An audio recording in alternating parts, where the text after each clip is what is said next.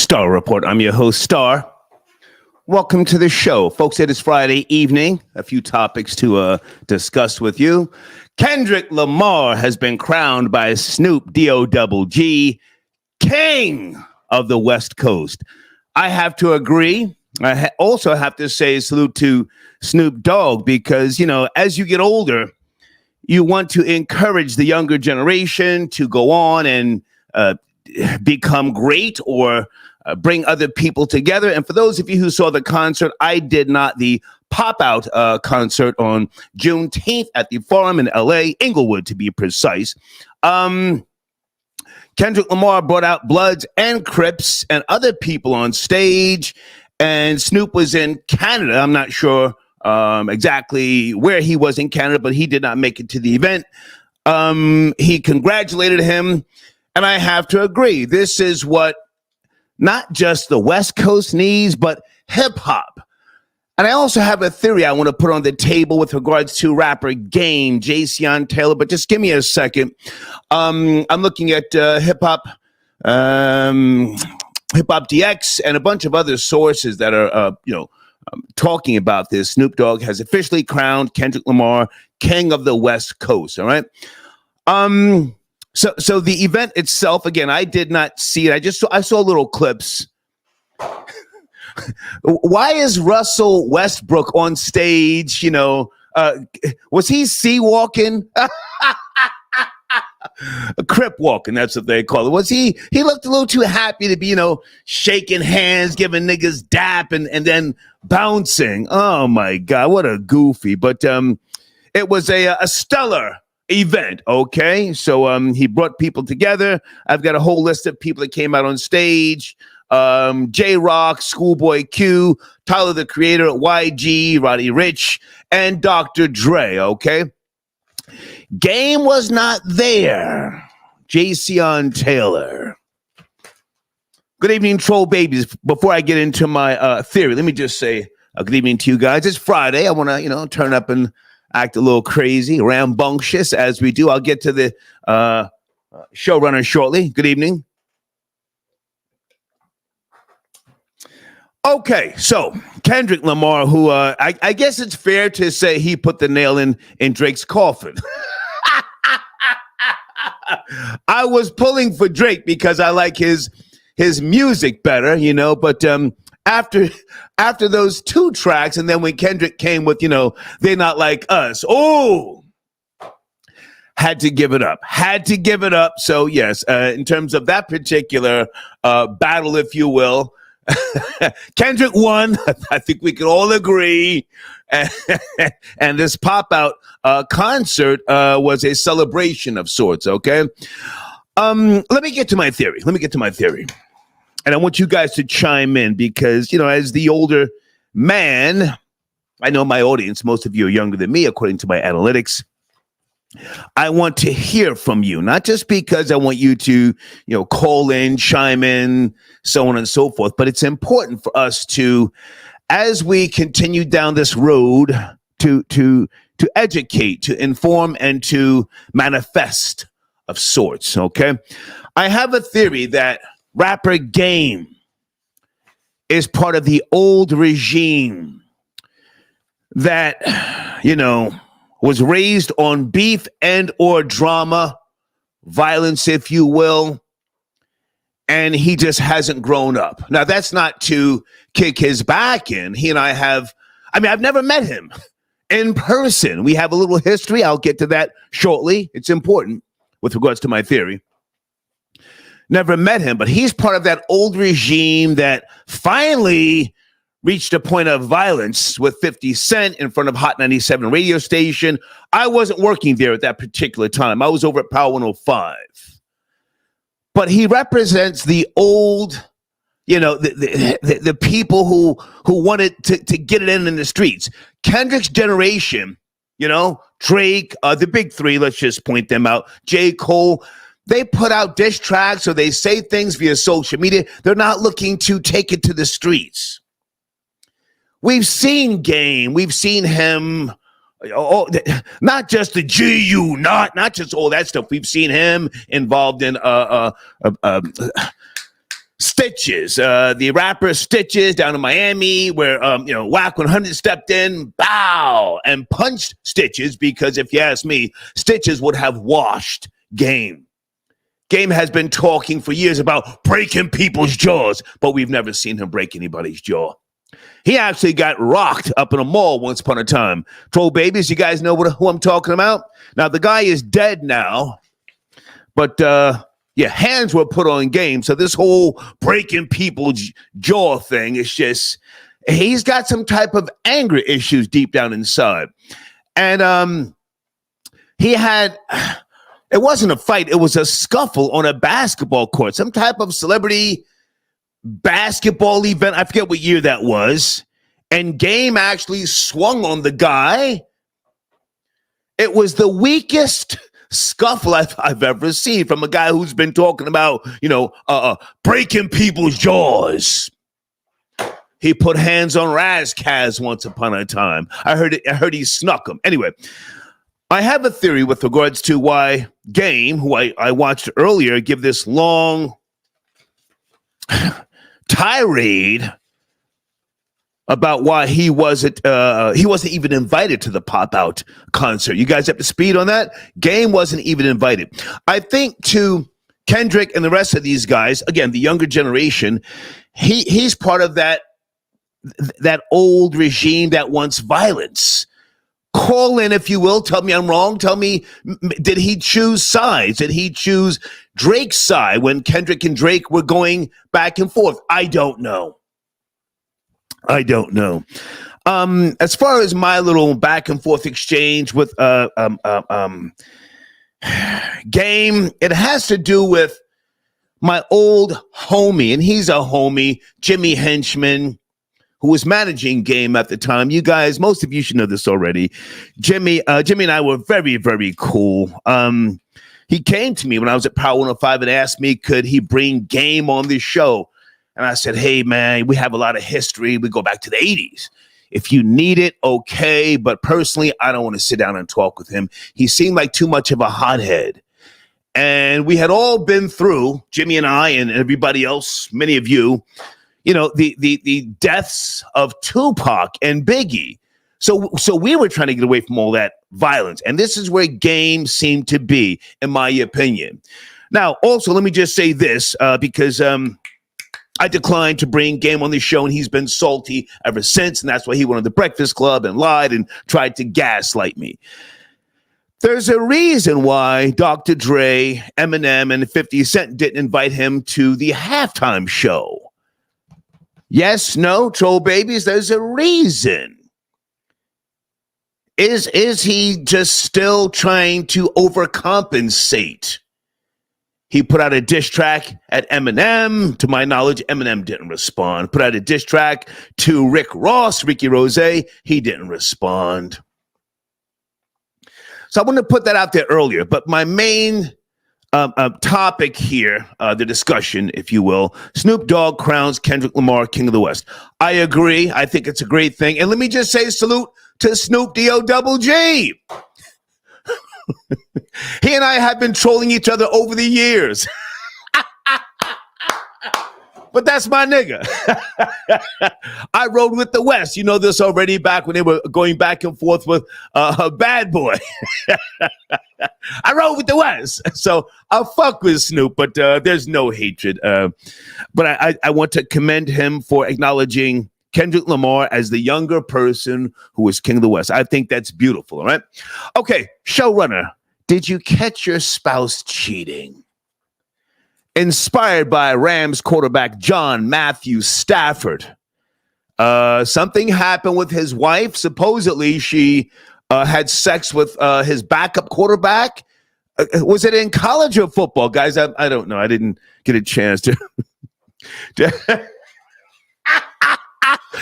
But I want to ask you guys and females, did you catch your spouse cheating? Now, are you still together? Don't think just because I'm a bachelor and I live this life of peace and, happiness, serenity every day. Don't think that I clown people who are married. No, I come from a married family, you know, a two-parent household. I've seen what people go through and what they sacrifice for the children. I had a beautiful fucking childhood. Many of you did as well. I would never clown people, and I'm not going to clown this guy. Maybe he didn't do what was required in a marriage. Maybe he made a commitment, a verbal commitment, not to cheat himself, and then maybe he did something, I don't know. But my question, did you catch your spouse cheating? And what did you do? I really want to hear from people who caught their spouses cheating and you forgave them. Oh, you forgave them. All right, phone lines are open. I see some of you. Sit tight, sit tight. I'm sipping a little wine this evening. Troll babies, how you guys doing? I did watch earlier the roast of Tom Brady.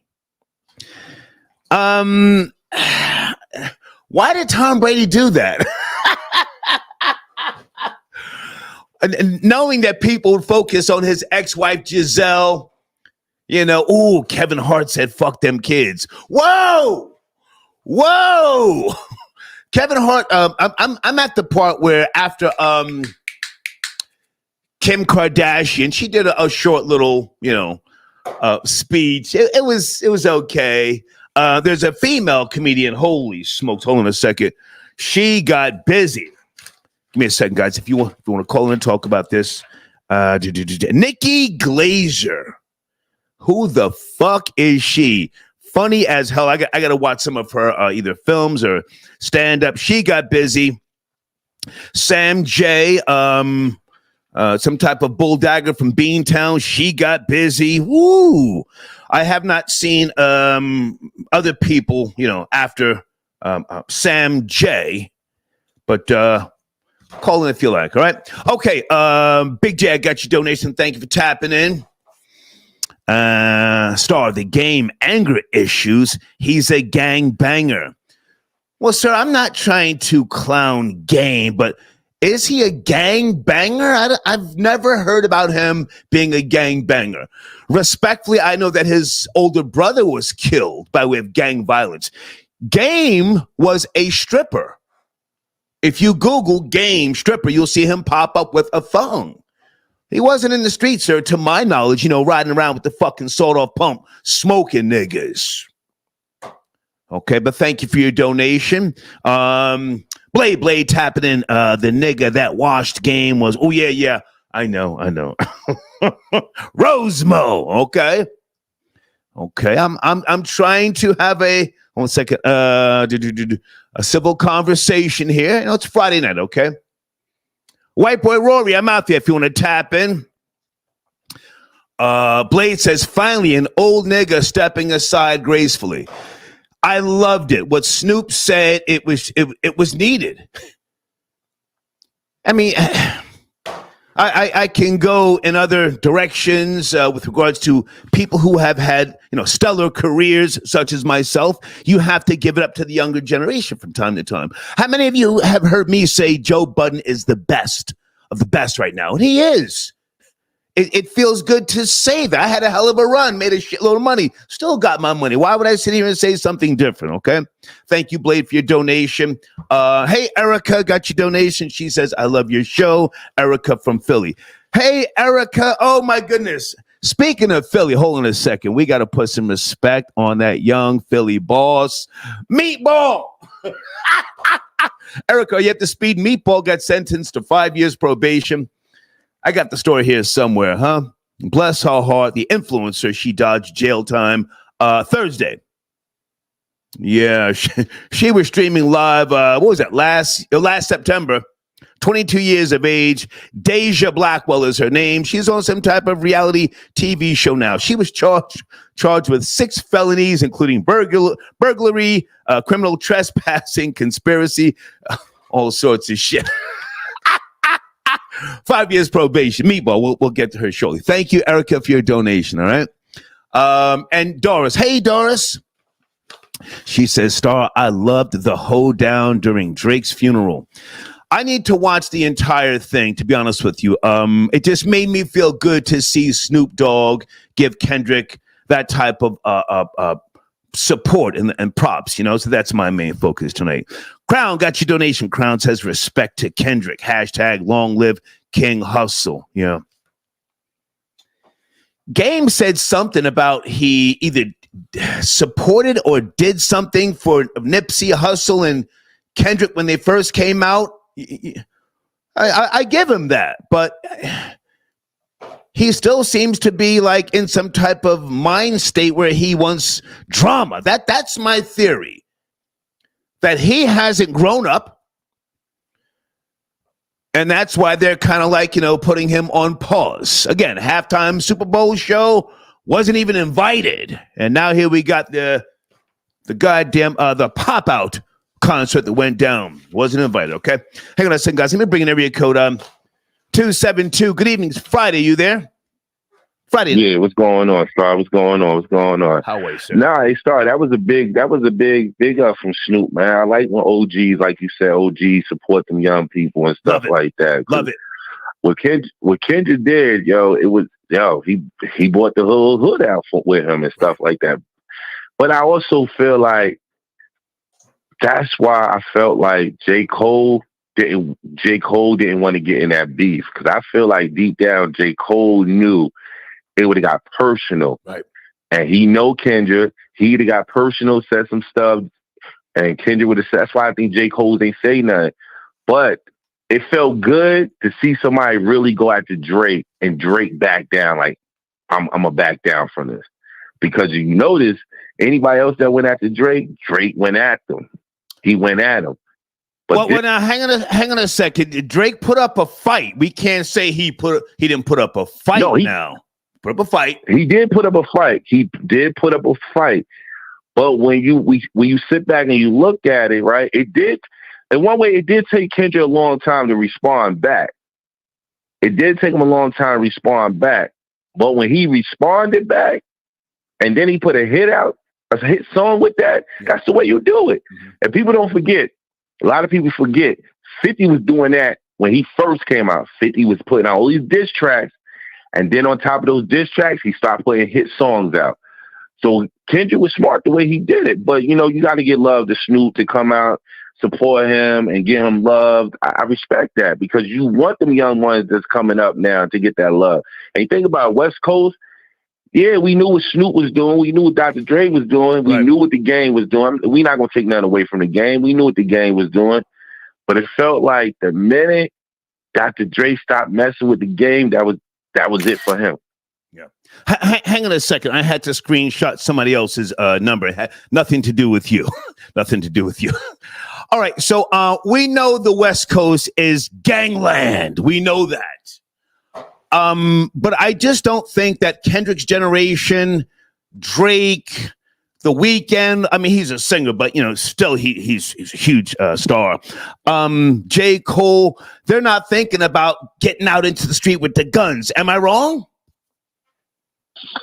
Nah, if you really sit back and think about it, I don't think Kendrick Lamar be on that. No. I don't think he be on that. No. I think he be on his own time. I think he more low.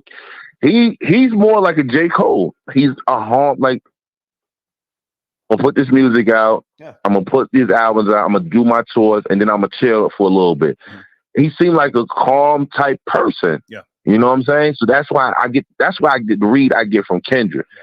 You know what I'm saying? But when you look at Kendrick got Dr. Dre and other people behind him. You know what I'm saying? They're going to push that music for him. You know what I'm saying? Because he's the only thing in the West Coast really, let's be honest, is hot right now. At one time, I really thought YG was going to be the chosen one. At one time before. Now he's trash. Before came out. He's trash. But at one time before Kendrick Lamar came out, I thought YG was going to be the chosen one. Okay. All right, sir, I can't waste time on YG. Let me ask you a question with regards to my showrunner. Did you ever catch your spouse cheating? Cheating. Did I ever catch it? Yeah, I caught her. I caught her cheating, and at the end of the day, did you forgive her? Never mind all that tough shit. I put her out. Did you forgive her? Keep it G. No. No, I never forgave her. No. No, not You at don't all. have kids with her. You don't have kids with her. You have kids with Yes, I do. But I never forgave her because at the end of the day, I got too much pride for that. You understand? And I look. Are you still with her? You still with her? No. Oh. No. The minute I found out, I always listen. I'm gonna tell you this real quick. I know I gotta go. Hold on. How many kids do you have with her? How many kids? One. How old's the kid? 12. How many years did you deprive that child of because of your pride, as you just said? No, I always in my child life. That ain't gonna never change. That's my baby girl right there. I'm always take care of my baby. How many years did you not live with her? Because of your pride. I want to say I moved out when my daughter turned 5. So I want to say it's going on. Oh my God. Oh my God. You couldn't swallow your pride, forgive her, and help raise your child. In the home, it's, being there, that sounds hot, but being in the home is different, black man. Go ahead and finish up. Go ahead. No, see, it's because in the back of my mind, I always felt like if you could do this, not telling what you've been doing in the past.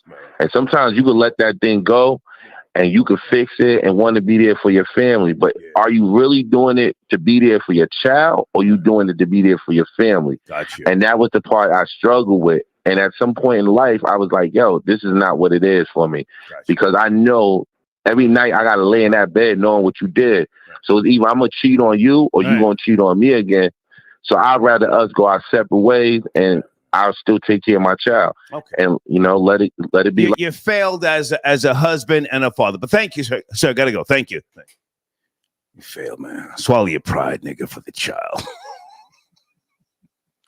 Is that the right advice? Huh? I didn't want to, drag him and say, well, did you cheat on her? Yada, yada, yada. Come on, man. Showrunner, did you catch your spouse cheating? Salute to niggas who, you were doing the most. You didn't lay down the law up front. Then you got to creeping off and sneaking all that goofy shit with the phone, putting it on silent. They're all jealous of their own shadows, females. Of course, she's going to go through your phone, caught you creeping, then you get in your feelings. Friday night, Snoop Dogg crowns Kendrick Lamar King of the West Coast. Are you there? 347. Yes, no. Hold on a second, West. Let me type in coast. Yeah. Yes, sir. Pick up the pace, please. Let's start with Snoop Dogg. All right, cool. Snoop I want to talk about the Kendrick Lamar thing too. Please. Let's Kendrick Lamar. He what it was is he put niggas on his back. Right. Let me put it to you that way. Let's go. Right? When I say it like that, he made it. He stuck his chest out there. This is hip hop. This is an American culture. You see what I'm saying? All you people coming over here trying to ostracize and jump in, try to get in where you fit in. Nah, we ain't doing that over here. Not in LA at least. In New York, these niggas give it up to them Oyes and all these other niggas up out here. But in LA, at least they got a strong community with these niggas. Sir, can you go back for a second? Did you say Orientals? I didn't catch one part you said. I said the Oyes. I ain't say nothing about the Orientals. Oh, You trying to get me banned. Well, you know how them Asians go. Well, listen, with all due respect, hang on. You're slurring your speech. You're grooving. That's okay, but I didn't hear you. Go ahead, continue. Nah, but what I appreciate is that Kendrick Lamar, in a long time, hip hop has been dry with this watered down. Everybody's influence. You had Tekashi 6ix9ine. Brooklyn let him in. Right. With the rat and shit. You feel me? Right. And then you got all these Drake. It just seems like hip hop has been watered down, saturated by everybody else that feels free to come into this country, use the word nigga, try to act like you a nigga. Yeah. But when it comes time to be a nigga, you don't want to be a nigga. Oh. You got that from Paul Mooney, yes? Small Stanford. Sir? Huh? You got that from Paul Mooney. Give him his props. Nah, look, I'm 42. I'm 43 years old. Paul Mooney before me, right? I ain't really catch up on Paul Mooney. I'm just an American Negro. I fuck with Charleston White more than Paul Mooney. What you just said, sir, was one of Paul Mooney's rhyme quotables. So I'll say rhyme quotable. Nah. Yes. Paul Mooney was a stand-up nigga. He was sir, please. That's what Paul Mooney said for decades. Everybody wants to be a nigga till it's time to be a nigga. Continue on, please. Continue on. Nah, but what it is we had right now. What it is we had an awakening, and you got a lot of people. You got people waving their flags, right? Guess what American niggas is doing? Waving their flag. You see what I'm saying? Now they don't like it when we wave our flag. Hold on, you can wave your flag. You got Labor Day, Puerto Rican Day, Parade Day. Give me a second, folks. That's that powder. Give me a second. Let him wave his flag. Come on, my nigga. Come on. Come on. And then you wonder why people fucking with Trump. We've been booking them crappy. All right. We've been booking. Sir, I got to take other calls. I gave you time. I appreciate the call, man. Do you think? I fuck with you later, Storm. Sheesh. Hang on a second. Hold on a second. The Rio Rico Mercado. Fuck Kendrick and Drake from the Bay, Cali. Ooh, okay. Killer, there you are, my alleged daughter. Hey, girl. What's poppin', Pops? Good to see you. Thank you for the Father's Day text message. Oh, you're welcome. Thank you for the response. That shit was hilarious. Keep that between us. We talking about Kendrick. What? They trying to get Drake. They think Drake out of here, Pops. Drake not out of here. Because let me tell you something. At the end of the day, this little wave for Kendrick going in, beloved. It's going in. It's gonna end. He ain't gonna be able to ride this wave too much longer. You know, the streets fucking with him. They crip walking and all that shit. All that shit cute for now. But what he gonna come with? What he got next? That's what I want to know. What he gonna come with next? Did you see the pop out? Hang on. Did you see some of the clips of the pop out concert? I seen it. I'm fooling with it. Pop. Okay. However, I'm looking at the broad scheme of things. Okay. Mm-hmm. What is Kendrick going to do after this that is going to keep the hood? Well, I think right now he's enjoying the wave, and I don't think we even have to think that far. You're a Drake fan, yes? You're a Drake fan. Yeah, I am. Drake fan. But I'm not gonna lie. I'm a Kendrick supporter. Mm-hmm. But I go up for Drake. I do. I'm nobody's fan, but I was rooting for Drake. You know that. Either. I learned from the best. I think Drake was putting out fire tracks until Kendrick dropped Not Like Us, and then the shit just went left. He coming. The summer, I feel like the summer gonna be Drake's summer. I think Drake still has that large Caucasian audience. He's going to be fine. But in terms of this battle, this is an L. You want to comment on anybody that was on stage? What was up with Russell Westbrook dancing, and he looked a little too happy? They all goofy. A bunch of them is all goofies. A lot of them is, how you doing? How you doing, Russell? How you doing? Allegedly, in my opinion. But can we do you know how much that concert had the game in his feelings? Did you see that?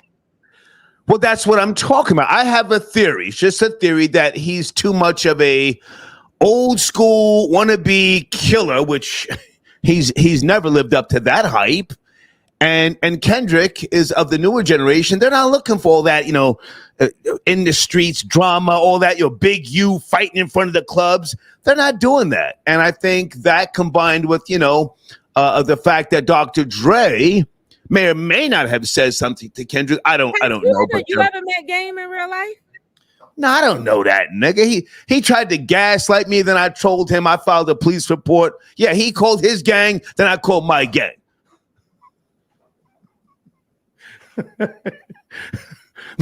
my gang said, okay, we'll catch that nigga at the airport. done, Pop. I'm done. Come on. No, I'm done. I'm wrapped up. I'm wrapped up on that one. You got me. You got me. You got me out of there. I don't even want to. They gonna troll the fuck out of me because you said that. That was terrible. Oh, that was terrible. Oh! Now, hang on a second. Real quick, nobody seems to care. Bishop Lamar Whitehead, you broke that story on one of your YouTube channels a couple of years ago. He's been sentenced to 9 years. Were you at the sentencing? I was there during the whole trial. I was there for I was there when he was remanded. You know, I was there for I mean, you know, he tried to get me locked up, Pops. I was on that. I know. Now, hang on a second. What is your connection to him? Did you guys know each other? No, we never knew each other. I just, you know, when that robbery went viral and I got the calling around, I knew that robbery couldn't have been real. And when I found out that, you know, he lined it up himself, I just I still don't believe he orchestrated that robbery. But now you don't know why when I already proved that he did. I don't know why. Okay. We already had this back. Hang on. But now for those who don't know, you were in the church filming, right? When he put hands on a female, then when he looked to you and he said, "Get her the fuck out of here." What happened? I forgot. Walk us through that. Oh, nothing happened. Niggas knew better than to touch me, Pops. You know this big killer nigga, not the little one. You know, right. They knew better. Right. Ever since when you were in the church, your phone dropped. Didn't your phone drop? Oh yeah. My GoPro, the GoPro dropped. GoPro. But the audio was still on. They seen how I was giving it up. They know my body. You know, okay. Cops ain't no pussy either. What's up? I'm not calling the cops. This nigga might call the cops. I ain't calling the cops. Right. Don't find me out here in these streets. You know this big killing nigga. Cops, I was riding around in 90-degree weather, letting niggas have it on purpose. Right. Okay. 100 degrees out here today, Pops. You know. Okay. Did you ever do that? Did you ever do that? What type of timing? Easy. Let's not talk about that on YouTube. I'm talking about water guns. Look at you. I don't want to talk about no guns on YouTube. No guns. Now, hang on a second. When's the next time you're going live? And send me your last live so I can put it in the community section. Okay, I will. What is your next? I don't fool with a lot of these niggas. You don't see what they be saying to me in these comments, Pops. They're looking for you. They fuck with you. I'll punch you in your face in real life, though. Don't try me out here. That's them. Don't play with me. That's all I'm saying. But we good, Pops. Okay. All right. Great to see you. All right. Thank you for tapping in. Anything else you want to mention? Anything trending or that we should talk about? Not really trending right now off the top of my head that I could think about that you would really care about. No. Okay. No. Good to see you. Have a great weekend. All right, Pops. Later. Take care. Bye. All right. Killer tapping in. Okay, guys. I'm talking about Snoop Dogg crowning Kendrick Lamar King of the West Coast due to the pop-out concert Juneteenth at the Forum. Do you agree with Snoop Dogg? Kendrick has been crowned King of the West Coast. I say, why not? Why not? Okay. Toronto T.O. got your donation star. The game is just a bitter bipolar stripper, always hating and starting shit for no reason. The stripper is ungrateful. Kendrick is the GOAT. Area code 951. Good evening. It's Friday night. Are you there? 951. Yes, no, man. Hey, how's it going, sir? It's going, sir. How about yourself? I'm good. Just here. I'm calling in for the Kendrick and the Snoop. Yeah, Snoop Dogg crowns Kendrick King of the West Coast. What say you, sir? Well deserved. Absolutely. I grew up here in Southern California, South LA to be exact. Okay. I'm out here in the IE now, though. Say again. I grew up in South LA. Okay. But I'm out here in the Inland Empire now. Okay. But well deserved. He's put in the work dating back to 2009, and we saw it with this concert. He united the West Coast. He brought together neighborhoods that usually can't be in the same room together. Right. Yeah, I agree. And there's just it solidifies what he's done, not only music wise but culture wise. Okay. You're not looking in the live chat. Are you? Stay focused here with me. Let's have this conversation. So, no, I'm not. Now, what about my theory about rapper Game? We can't just overlook the fact that he was not only not invited to the Pop Out concert, but he was not invited to the halftime show, with fucking Dr. Dre and Snoop, Eminem, and 50 Cent. What's going on? He once was the chosen one. Game, yes? Oh yeah, you can't discredit what he's done, but you got to draw a line. Well, no, I'm asking, why has he been shunned, if you will? That's my focus, or my question. I have a theory. But, pissing people off.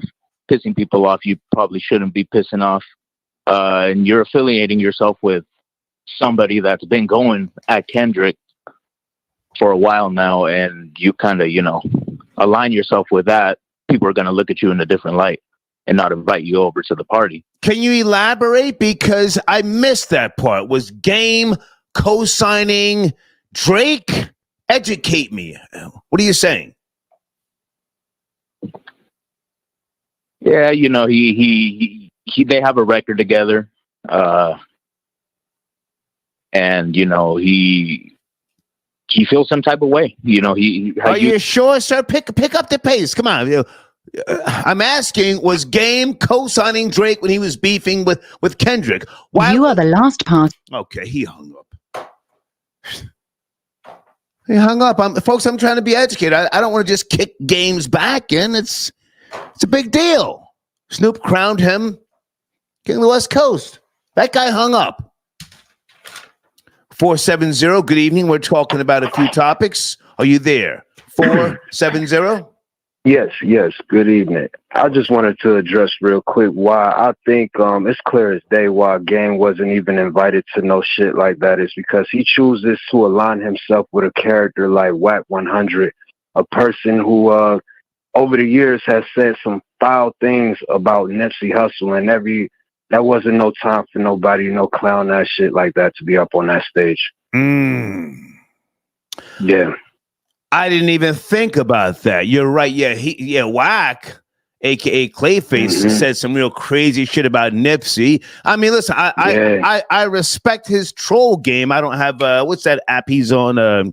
Clubhouse. I don't have Clubhouse, but he does a lot.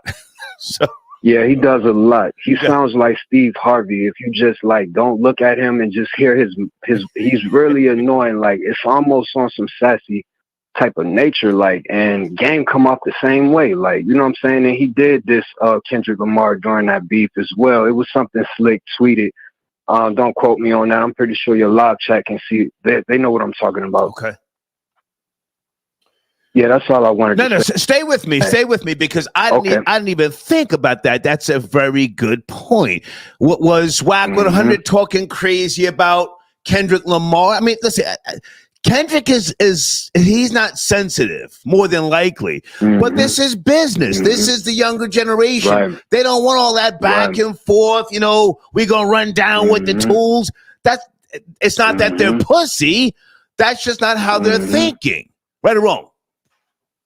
Right, and I will say to add to your point though, one thing that I can commend the West Coast for, they displayed a lot of those guys that was up on that stage. From my understanding, they all went to high school and things like that together. The newer generation of the West Coast are very close knit.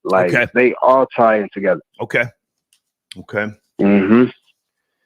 I mean, listen, it's gangland. We already know what it is. Mm-hmm. They you will already know. They will lay you down. Mm-hmm. They lay down Pop Smoke. They lay down PNB Rock. But in terms of, beefing with other states, I don't think they're on that type of shit. You bring up a very good point. Let's go back for a second to WAC 100. Now, do you think that WAC 100 had anything to do with Dr. Dre, Snoop, and Eminem? And 50 Cent, I mean, not inviting Game to do the Super Bowl halftime show? I mean, like, really, like, Game isn't he like a slave to the contract? Within him and WAC 100 tied at the hip, he could never be, like, WAC 100 could never be affiliated with nobody like Dr. Dre. Think about it. Like, this man is on Clubhouse. Right. Doing the most. I think he's the new Wendy Williams. Most, like, he's the new you know Wendy what I'm saying? You always hear WAC 100 talking about Birdman this, Birdman that. When do you see these niggas together? Right. This nigga just walking around ruffling feathers and shit, going off at the beak. Right.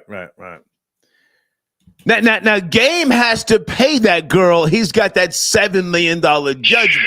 So supposedly he had to sign over things to WAC to evade the fucking the goddamn the judge enforcing, taking assets and other things. Go ahead. Yeah. I'm just saying, like, Game up there, he kind of, like, his face card real controversial. Now wasn't the time for no weird shit like character like Game to be up there. It's too controversial. Yeah. That's just my opinion. I appreciate the call, man. Thank you. All right, thank you. Yeah. That man brought up a very good point. WAC 100. I like him. He's a stupid nigga like me. Clayface. He's a stupid nigga trolling. I don't have the Clubhouse app, but every once in a while somebody will send me a YouTube link, and that nigga just does the most. And I'm with the bullshit. So, I mean, it's entertaining, but I can see how, like, Kendrick Lamar, again, the younger generation, like, Unc be doing too much, right? Unc be doing too much. Hold on a second. Okay, here's something about Japal. Did I say your name right? Japal. So what happened to the video about the NFL player running from that OnlyFans model? Are you talking about one of my live streams? So I appreciate the donation, but my live streams are not guaranteed to stay up. If I have technical difficulties, and I think that live stream you're talking about, it shut off at the end, and I couldn't get my sponsors' banners to run. So I said, you know what? I'll save the file, but my sponsors are dear to me.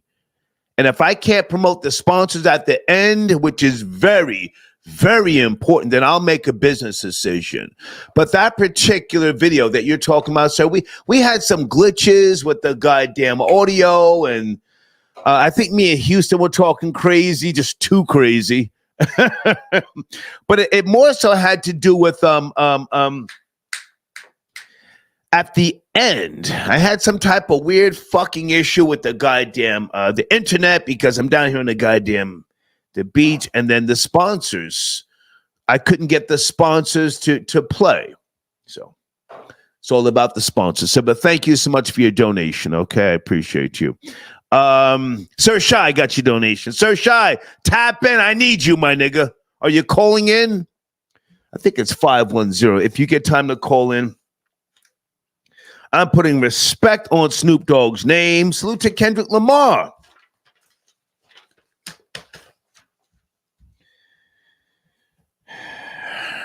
King of the West. I have no issue with that. Sir Shy says, Game and 21 Savage can't help. What? Can't help sad Drake either? Okay, I'm not sure what you mean, sir. That's just my opinion. I get your donation. Thank you for tapping in. Okay. Sir Shai also says, Tyler, the creator, YG. Okay, yes, I read all that. Yes. YG, Steve Lacy. Ooh. Ty Dolla $ign all performed. Hang on a second, guys. Area code 770. Good evening. Are you there? Friday night. 7. Big nigga Star, what's 7. good with it? Yes, sir. How are you? What's cracking? I'm good. First time calling, man. Been a big supporter, you know what I'm saying? Thank you. But check this out, man. Kendrick, you know, he did his thing, man, and I just think the whole game situation, bro, like, first of all, I was born on the east side of Compton. I live in Atlanta now. Okay. So, you know, it's politics, you know what I'm saying? I watched Game very, very carefully. He was the man at one point, but it seemed like he betrayed a lot of people that he was cool with because, you know, Dre put him on, you feel me? Yeah. Then when 50 gave him half his album, then he started beef with 50 because he felt like he was bigger than 50. Right. You know what I'm saying? And then, right. then it got to the point where he started saying, like, even recently when he said Kanye did more for him than Drake ever do, it's like, yeah, how can you do it like that? I forgot about that. Hold on a second. I forgot about that. Yeah, he did say that. Ye did more for him than Dre did. He said that shit. Go ahead. Right. So he just been bitter, homie. He been really bitter to me. It seemed like, and then you know he got he had a couple allegations. Apparently, with the girl overseas or whatnot, same thing that they saying that Drake did or whatever. I ain't finna get into that, but you know it's just a whole lot. So you know people are kind of looking at him sideways, like then he did a song with Drake, knowing that Kendrick already had beef with Drake.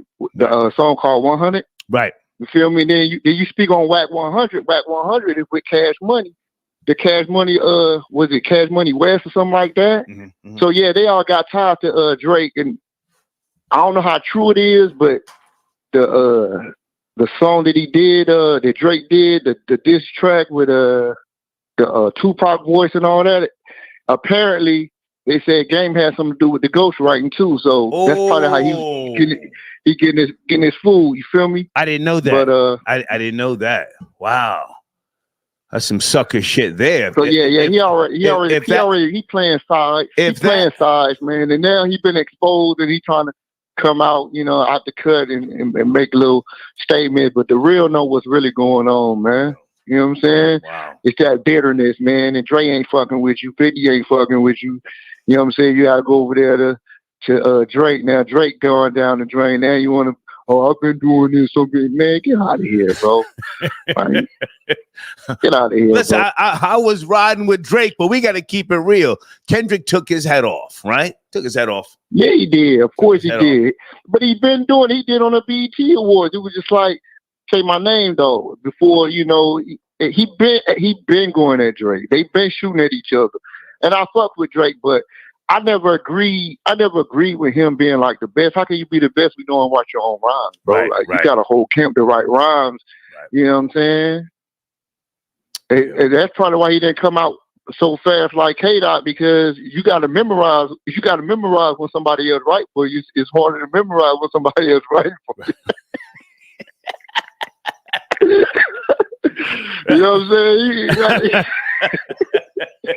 Right. But yeah, Scott, I fuck with you, man. I fuck with you. I appreciate Good talking to you, man. Yes, sir. Salute. All right. Salute. Keep it pushing. Yes, sir. Okay. You see, I appreciate somebody who calls in and just breaks the shit down like that. Oh, man. Hold on a second, guys. I have to promote a great website with regards to wellness.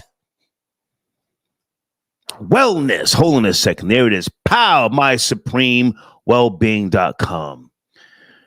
This platform can help you with shopping, understanding food that goes into your body, electrolytes, how to balance a meal, everything from carbs. If you have certain deficiencies, go there and tell these folks I sent you. MySupremeWellbeing.com. It's good to see young men doing the damn thing. You can go to the website and just go to the About section and you can see them. They take this platform very, very serious. MySupremeWellbeing.com. They have more than just CMOS. You have to understand what it is that you put into your body, certain minerals, nutrients, help your mind, help you stay alive. I don't want to go too far back, but a wise man once upon a time put out a book, How to Eat to Live. Troll babies, you know who that was, right? The messenger to the black man, the honorable Elijah Muhammad. And when I was clicking through this website, I thought about him. MySupremeWellbeing.com. Please go there. Okay. Tell him I sent you. Phone lines are open. Okay. Area code 252. Good evening. We're talking about Snoop Dogg crowning Kendrick King of the West Coast. You up to speed? Area code 252. Yeah, what's going on, Star? Yes, sir. How are you? How are you, sir? I wanted to talk about maybe one of the reasons why Game wasn't invited to the pop out. Please. So please. he had an album called The Documentary 2, came out like in 2015. Right. One of the songs up there, he had Drake was on it. The song was called 100. Now the song in the song, he's like in the first part of his verse, he's like, I got a vest for 40. I got a vest for all the niggas with owls on their chest. I got LA Unified. He's saying all this in a song that he got featured with Drake. So like in Drake's verse, he's kind of like subtly, doing subliminal stuff like how Drake raps. And a lot of the stuff, it can kind of come off like he was subbing Kendrick. And I know during that time, I think a lot of stuff was like internally kind of feuding between them two.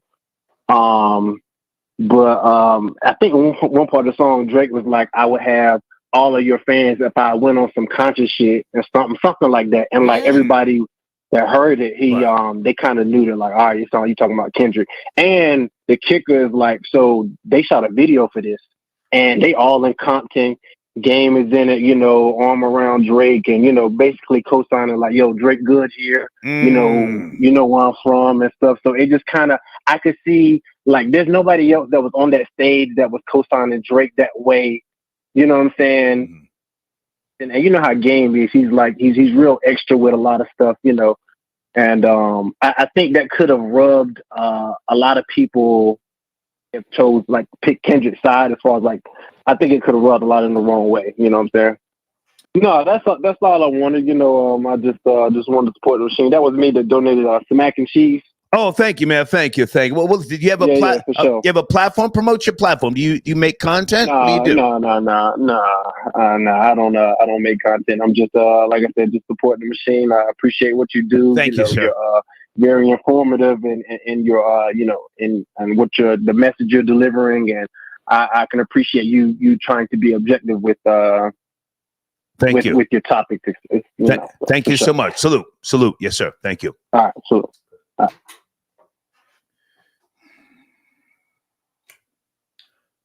I think Whack 100 is actually saving Game from himself. Let me say that. This nigga had the audacity. Some interview I saw him back in the days talking about, I'll never pay nobody in a lawsuit. The fuck you won't. And then he got hit with the $7 million judgment from some dating show. Didn't go to court. Whatever that woman's name is, she garnished his goddamn PayPal and the Cash App account. Holy shit. Ricky Dredd is up. But Ricky Dredd, where are you? He says, Ricky Dredd, call in, man. Is this Ricky Dredd? Hold on a second. This is my nigga right here. Ricky Dredd, is that you? We love hip hop. Ricky Dredd. Hello? Testing. Is this Ricky Dredd? Who's on the line? Good evening. No, it's not Ricky. This is not Ricky Dredd. This is Toronto T.O. I sent a donation. Okay, how are you, sir? Thank you for tapping in. Yeah, man. Good, man. Good. Pardon me, I'm a little on one. I'm sipping some Smith and Hook wine. Where do you want to start? Go ahead. It's all good, man. It's all good, man. I just wanted to kind of, have a conversation about the Kendrick Lamar. Please. Okay. Yeah. So, the last caller, he made a great point. In my opinion, I think it definitely started with the track with Drake, the 100 track. Okay. In my opinion, though, Star, I think Game is just a bitter bipolar stripper, man. You know what I mean? Since G Unit, he's been hating on 50. 50 pretty much gave him that whole album for the documentary. Yeah. Then he started dissing on 50. Yeah. The whole Dr. Dre shit as well. G-U-Not? Remember that goofy shit? Yep. G-U-Not? Yep. What the fuck? Yeah, that was crazy. That was fucking crazy, man. That's crazy. He's ungrateful, man. He's ungrateful. And in my opinion, man, as well, especially with the Dr. Dre saying him that Kanye did way more than Dr. Dre did, that's fucking crazy to me, man. Yeah. That is nuts. You know what I mean? And then as well, him dissing Eminem, right? So I just feel like with the Game, he's always just trying to get attention. You know what I mean? So I think it just backfired on him to the point that pretty much all these LA rappers don't fuck with the Game. And he's just, I think he's just jealous that Kendrick is just getting the recognition. And in my opinion, I think Kendrick is the GOAT. And I salute Snoop Dogg, definitely, for what he said about Kendrick. And yeah, man, Kendrick's been putting out so many classics. And yeah, he's the GOAT. That's all I got to say, Star. No, stay with me. Are you calling from the 6? Yeah. What part of Toronto? Yes, I'm calling from the 6. Oh, okay. Toronto, actually, yeah. Yeah, okay. Toronto. Okay. Yeah. Listen, man, I fuck with the 6 God heavy. Drake is my nigga, okay? That's my nigga, but he's not my nigga. He's not my nigga. Don't hate on Drake just because you're from the 6. You guys, you caught a lot of props. You're still catching props because of Drake. Let's slow it down. Okay. Yeah. Okay. I'm with Drake. Team biracial. Let's slow it down now. Okay. I hear you. Okay. Listen, okay. Star. Hang on, sir. Let me speak. I'll let you speak. Let me speak. Okay. All right. So, we have to address why Game was not invited to the Pop Out concert and why he was not at the goddamn halftime show, but yet and still we had Russell Westbrook dancing all fucking zesty. Did you see him crip walking? Did you see him? Yeah, that was hilarious, man. Like what's with that goofy ringless ass nigga? What's with that nigga, man? Anyway, pardon me. Go ahead. Yeah, honestly, start with the Westbrook situation. I was watching a video actually in the All-Star game when Drake, I think it was in Toronto, right. And they were doing the introduction, and Russell Westbrook didn't even look at Drake. He just did a little dance and kept moving. So in my opinion, Westbrook's just loyal to LA, right? So he's just gonna roll with the home team. Yeah, he's just gonna roll. Is he still on the Clippers with his ringless ass? Is he still on the Clippers? Yeah, he's still on the Clippers. Yeah, okay.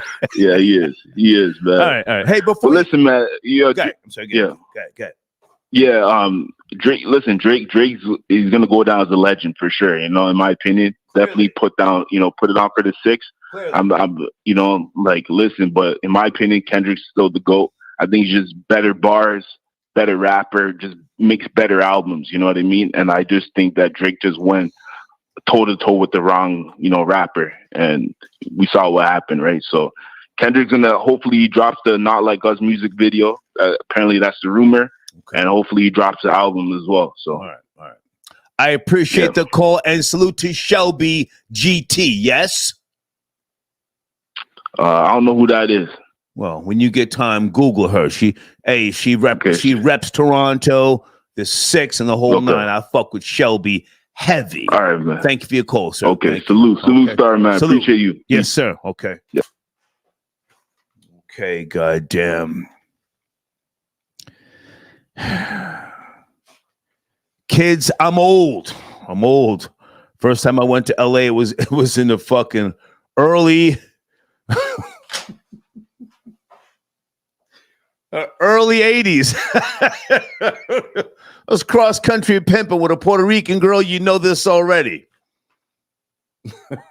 It was fucking beautiful. I'm on Sunset in La Brea. I don't want to tell you the whole story again, but I've been to LA countless times. Oh, well over 24 times. I lived there in the early 90s. I got a pass from some Crips. I don't even remember who they were, but they gave me a pass. I was in some park with a fire red fucking jumpsuit, passing out Kid Frost. You guys know this already. Kid Frost maxi singles. You guys ever heard of Kid Frost? This is for La Raza. Crip niggas walked up on me and they said, "Hey, cuz, where you from?" I'm passing out the goddamn maxi singles, and I said, "I'm from New Jersey." And a fucking halo went over my head. Bing! Holy shit. I looked down at my red suit and I said, "Oh, here you go." Now, that was in the early 90s, whenever La Raza came out. Told me I was in the wrong place, wearing the wrong colors, and I had exactly 15 minutes to get the fuck out of there, and I did.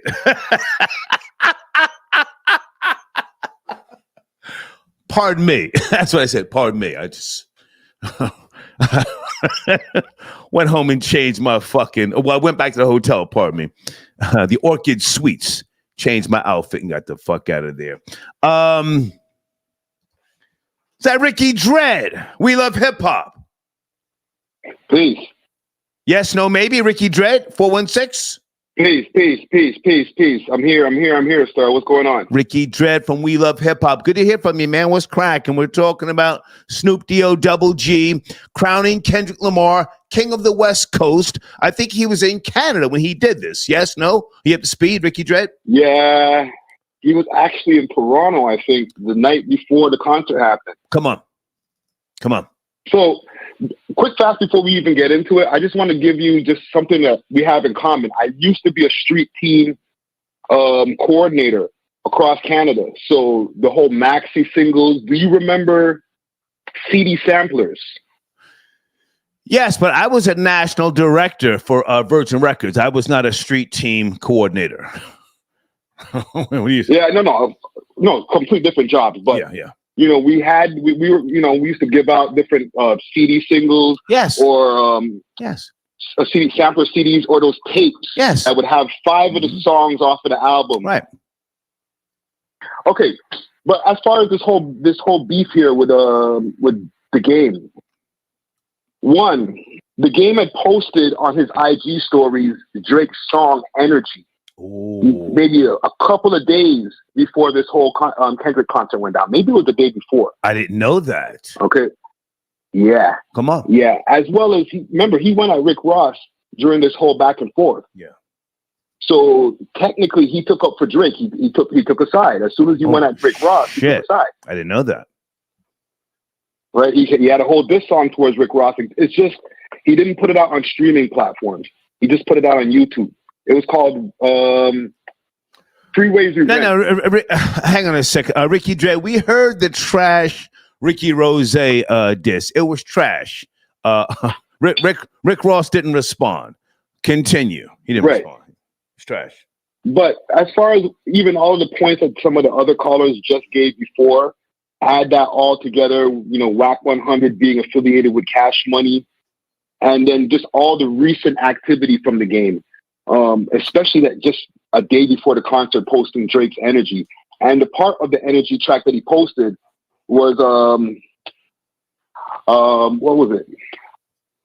All my acting days is over, fuck them niggas for life. I used to act like these is niggas I like, but my acting days is over, fuck these niggas for life. Oh. So he put a... Was he referencing Kendrick? That's what nobody knows. But after all of that happened, he wasn't attended he wasn't invited to the concert. And, we were obviously seeing his response, but he's not mentioning all of those other things that he did before. Right. They're kind of subliminals. You add that all together, Nobody's gonna invite you to the concert, man. Okay. And a lot of that concert showed a lot of different things as far as just Drake's true friends and the affiliations that he has. Like, for example, you know that he unfollowed LeBron right now, right? I'm sorry. Say again. He unfollowed LeBron James. Who did? Drake? Yes, he did. Yeah. Because LeBron was at the concert bumping to Not Like Us.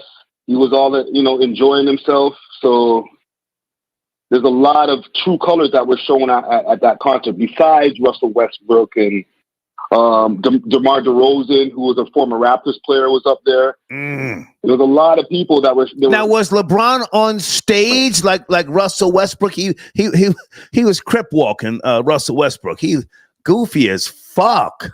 Was LeBron on stage too? No, LeBron was in the crowd.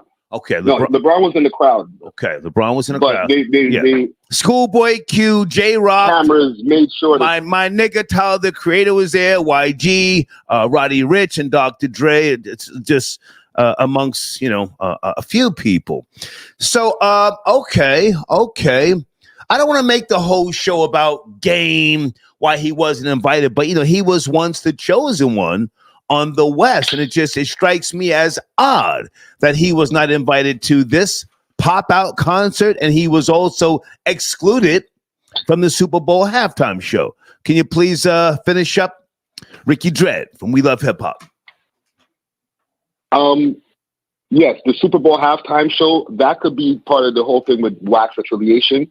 But one thing a lot of people forgot to mention, and maybe that might be a hot button issue, is when Kendrick brought up Dr. Dre, nobody looked at the fact that two wife beaters are on stage at the same time. Oh, stop it, Ricky Dredd. Stop. Where are you going? Where are you going? I just had to put that out into the atmosphere. All right. That's all I got, sir. That's all I got. Good to talk to you, man. Salute. Okay. Ricky Dredd tapping. We Love Hip Hop. White boy Rory tapping in Friday night. Roy, what's cracking, man? What's cracking, white boy? Yo, what's up, Saul? It's Karen Appreciation Day, or what's left of it. What's cracking? Well, first off, I get a chance to say happy Juneteenth to you. So happy belated Juneteenth to you in the live chat. What's cracking? American holiday. Right, we enjoyed the holiday. Right. Yeah, I don't know. Giving, blessing him and crowning him the king of the West Coast. I mean, I think that's kind of easy now. There's nobody else rapping out of there. Who else is rapping out of there?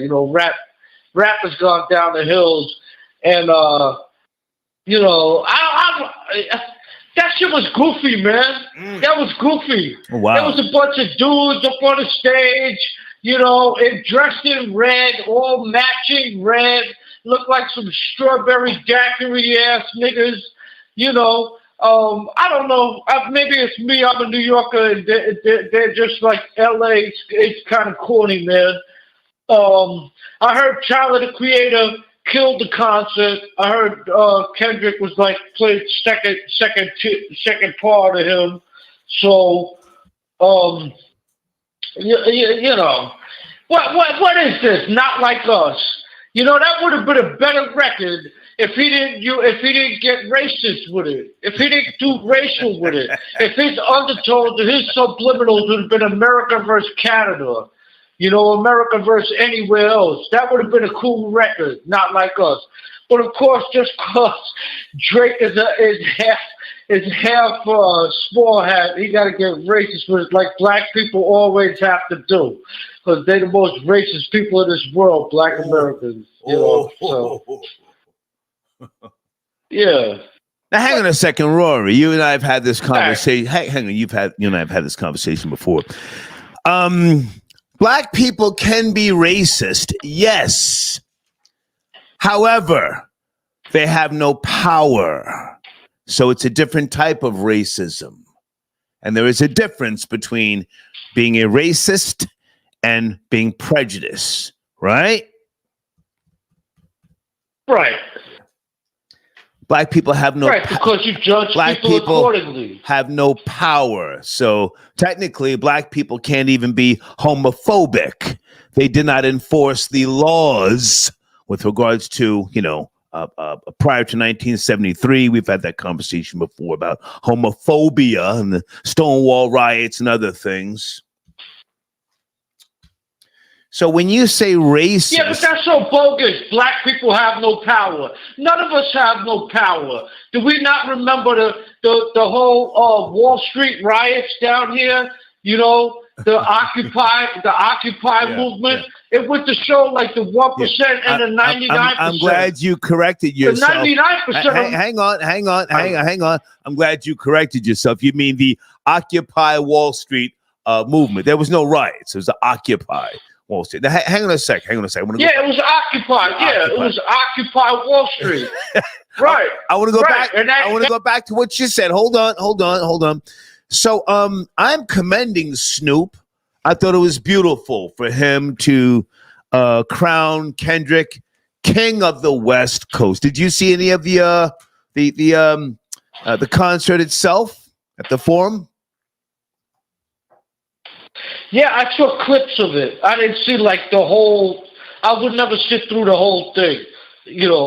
That's too goofy for me. But I've seen clips of it. And I thought the best part was that they didn't invite Game. I thought that was the best part of the whole thing. I thought that was hysterical.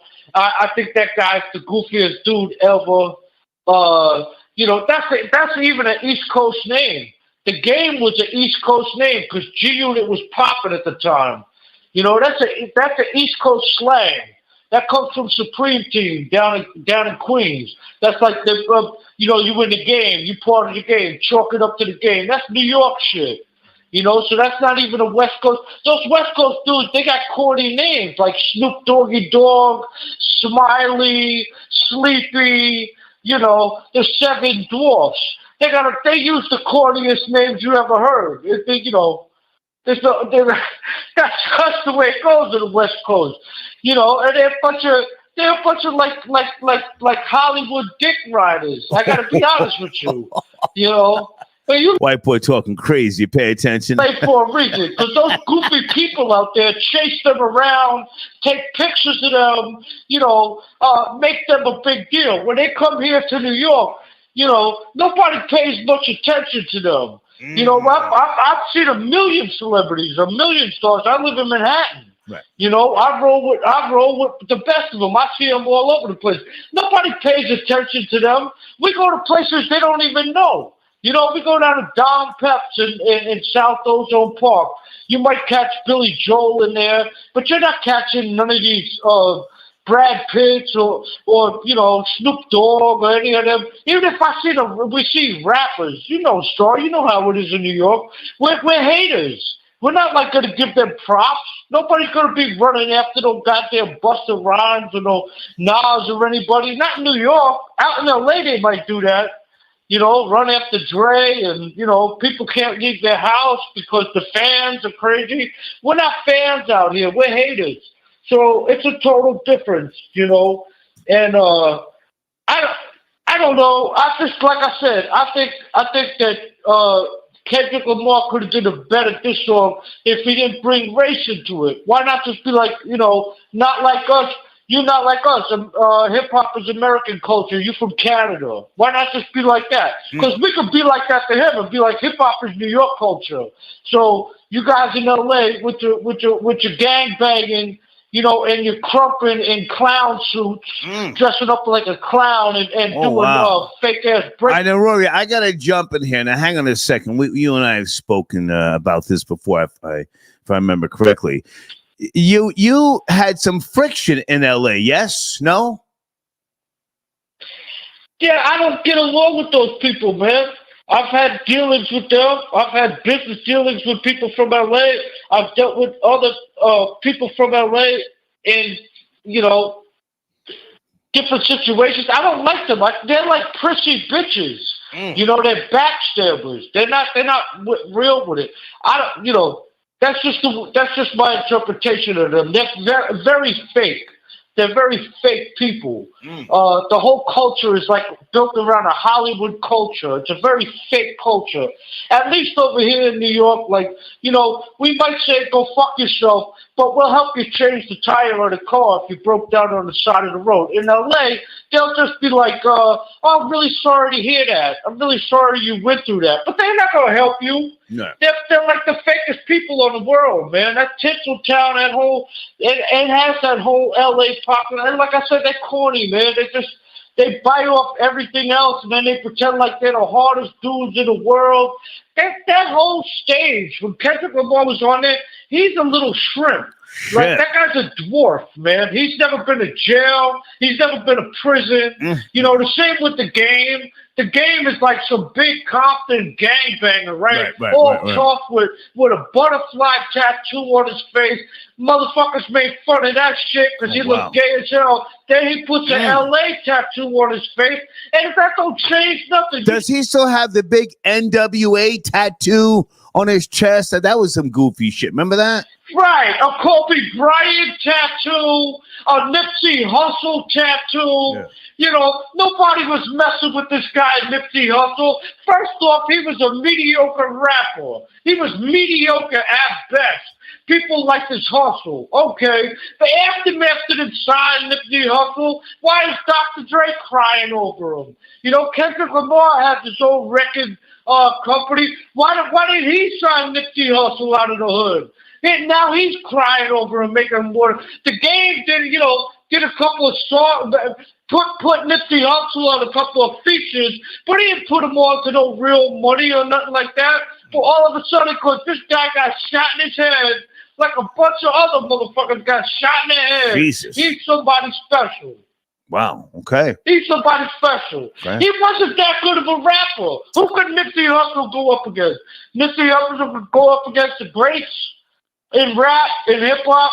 No, he can go up against some mediocre dudes. He's middle. Rory, hold on a second. I got somebody sent a donation trolling by the name of Whack 100. Yo, Star, tell your callers to keep my name out their mouths on Peru. The dumb shit sends in a donation. Yo, Star, The Game let Drizzy diss Kendrick on his track 100. Game picked a side a while ago. Oh, I remember that. Wow. Yeah. Do you think he was on some jealousy shit? Rory, can you just answer that? Was Game on some jealousy shit and Kendrick just, maybe Kendrick's not taking that stuff personal. He doesn't want to be affiliated with the older guard. Does that make sense? Of course he's on some jealousy shit. He's starving. That guy's starving. He ain't got no money. His whole thing is up. That's all up in smoke, man.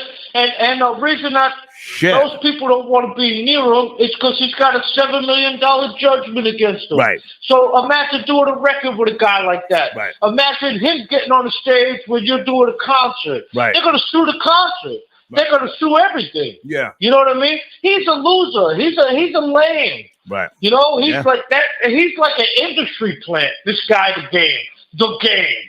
That's a New York shit. That's some LA shit. You know what I mean? The king of LA is Tupac, and that's a New York dude. He got his swag.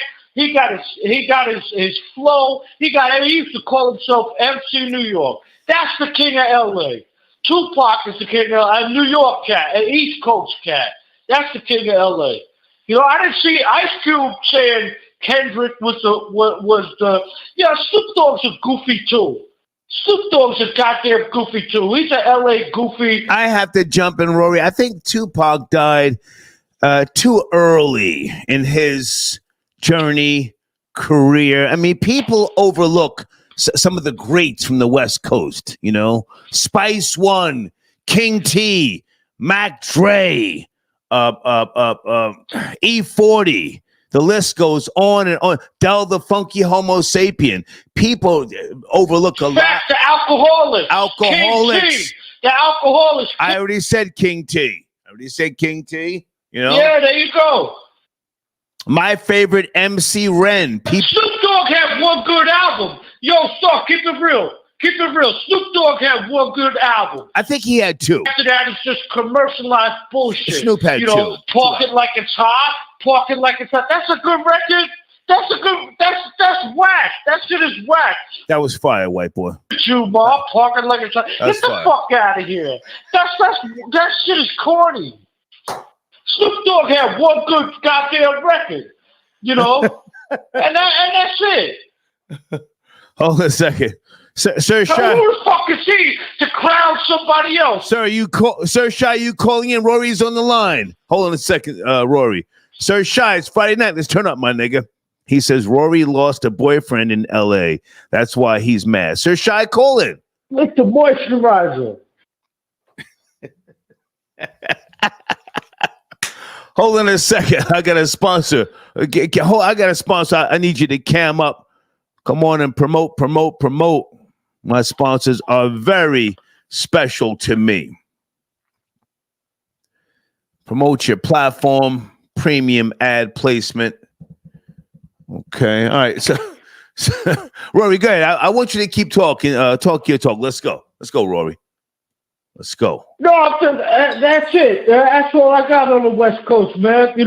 Every single person that's the hardest dude out the West Coast, never been to LA County Jail, never been to prison, never had to, kill an Aryan Brotherhood dude. Salute to the white boys on the West Coast that ain't having that. Never had to get into it with any of the Mexicans. And that's another thing. Anytime any of the black rappers on the West Coast ever get into a beef with the Mexicans, with the essays, they fold immediately. All of a sudden, it's all peace. It comes to peace. It's never war. It comes to peace. They don't want no drama with the essays out there.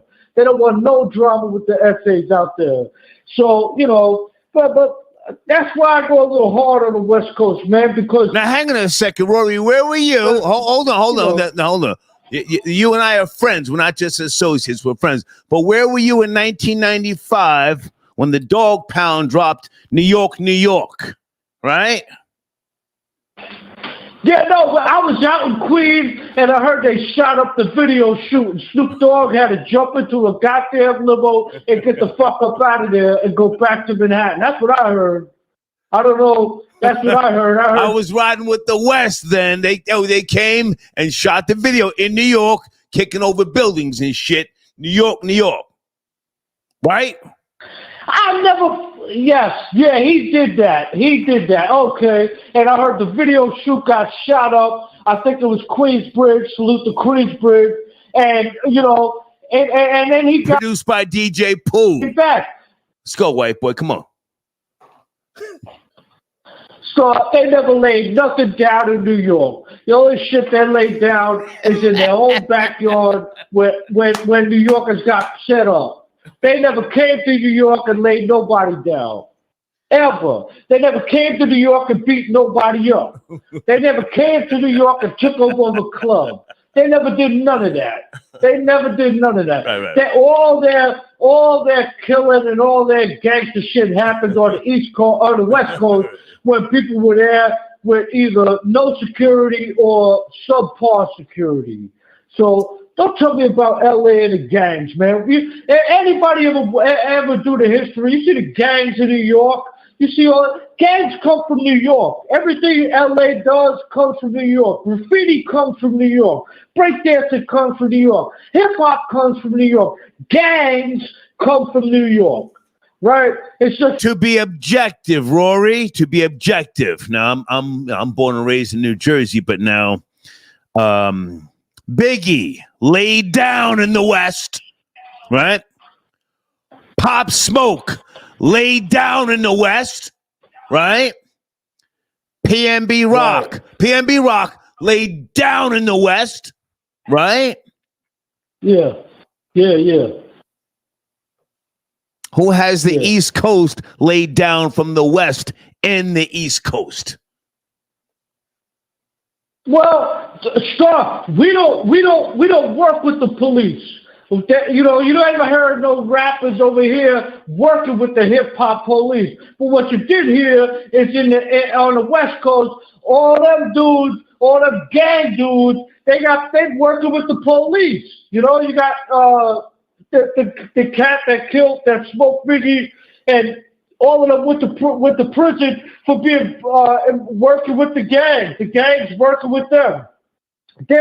There's a code of silence over here. You don't work. The police are the police. The gangsters are the gangsters in LA, and on the West Coast, the gangsters and the police work together. So that's some other shit. Yes, you know, that's some other shit. That's some other shit.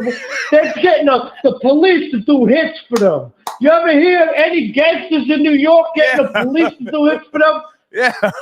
No, you know. Salute to my nigga Reggie Wright. Get out of here. What part of the game is that? What part of the game is that? Yeah. The game is our shit. That's our lingo. All right. That's how phony this rap of the game is. That's like he named himself after our lingo. Okay. You know? Right. And as far as that fat bitch out of fucking Philly, Meatball, with 6 felonies, that's black privilege. Here we go with black privilege. We got this hoe out here rioting, filming, shooting, encouraging rioting and shooting down on Broadway, you know, and Philly. And we got Daniel Petty up here in New York, a Marine who saved every civilian on a train, and he's up on manslaughter charges, you know. But meanwhile, 6 felonies, and she get probation. Yeah. She get probation. Yeah. Black privilege. This is black privilege, you know, and I'm okay with it. You know. Carly Russell getting hang on. Carly Russell getting a slap on the wrist. To your point, for a fucking hoax. Meanwhile, out in Redding, California, what's her name? Sherry Papini.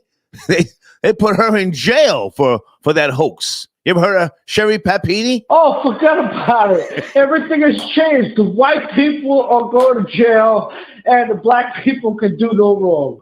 You know, everything has changed now in America, and I'm okay with it because I'm not scared. So, right. You know.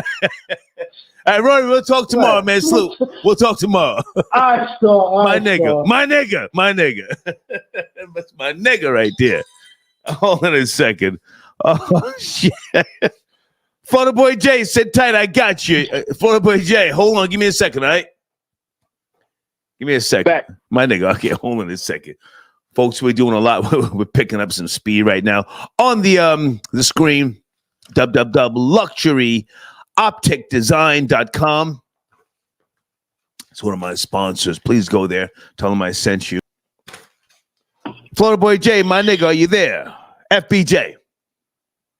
Yo, we in the building. You can hear me? Big nigga, how are you, man? Friday night was cracking. A few topics on the table. Where do you want to start, sir? Hey, man, we just chilling, you know what I'm saying? What do you want to address first? You want to address Snoop Dogg, you know, riding coattails? Mm-hmm. Or, you know, where are we going? Where are we going right now? I heard Rory calling drunk off the Jameson, rambling, at like New York ain't home of the rats, respectfully. Ooh. And, you know, when you brought up niggas in New York getting laid down like a 2x4, he didn't really have a rebuttal on it. And then also when he wanted to talk about niggas in New York starting everything, let's get it straight. Just like Wack 100 said, LA turned niggas out from sea to shining sea. It's Crips and Bloods in Asia. It's Crips and Bloods in India and the UK. Right. All up in New York, niggas running around claiming 9 Trey Bloods in New York.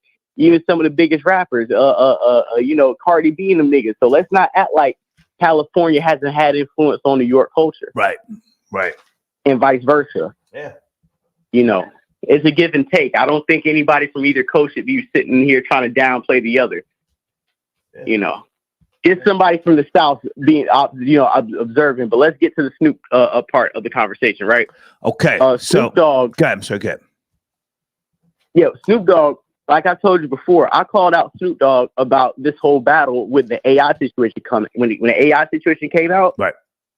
If Snoop Dogg was a real nigga, he would have stepped out and denounced the use of AI without his permission, or even if it was with his permission, he would have stood on his side. He would have said, "Hey, I'm Team Drake or I'm Team Kendrick."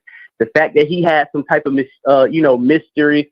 mysterious video where it like he was soft co-signing it, he didn't say anything, but he just looked in the I don't want to hear you after Kendrick won the trophy talk about Kendrick the King of the West. Nigga, you should have said that when the beef was hot. You should have said that when he used you and Tupac's voice. You should have stood on your West and your stature on that side as one of the Mount Westmore niggas, one of the four faces on it. You should have stood on there and say, yo, you don't play with the AI. Don't use me and Tupac's likeness to beef with Kendrick. You use your stuff. Don't come in after the score is fucking settled to come in here and tell us who won the game. We already know who won the game. We don't need you, Snoop, Mr. Corporate Face.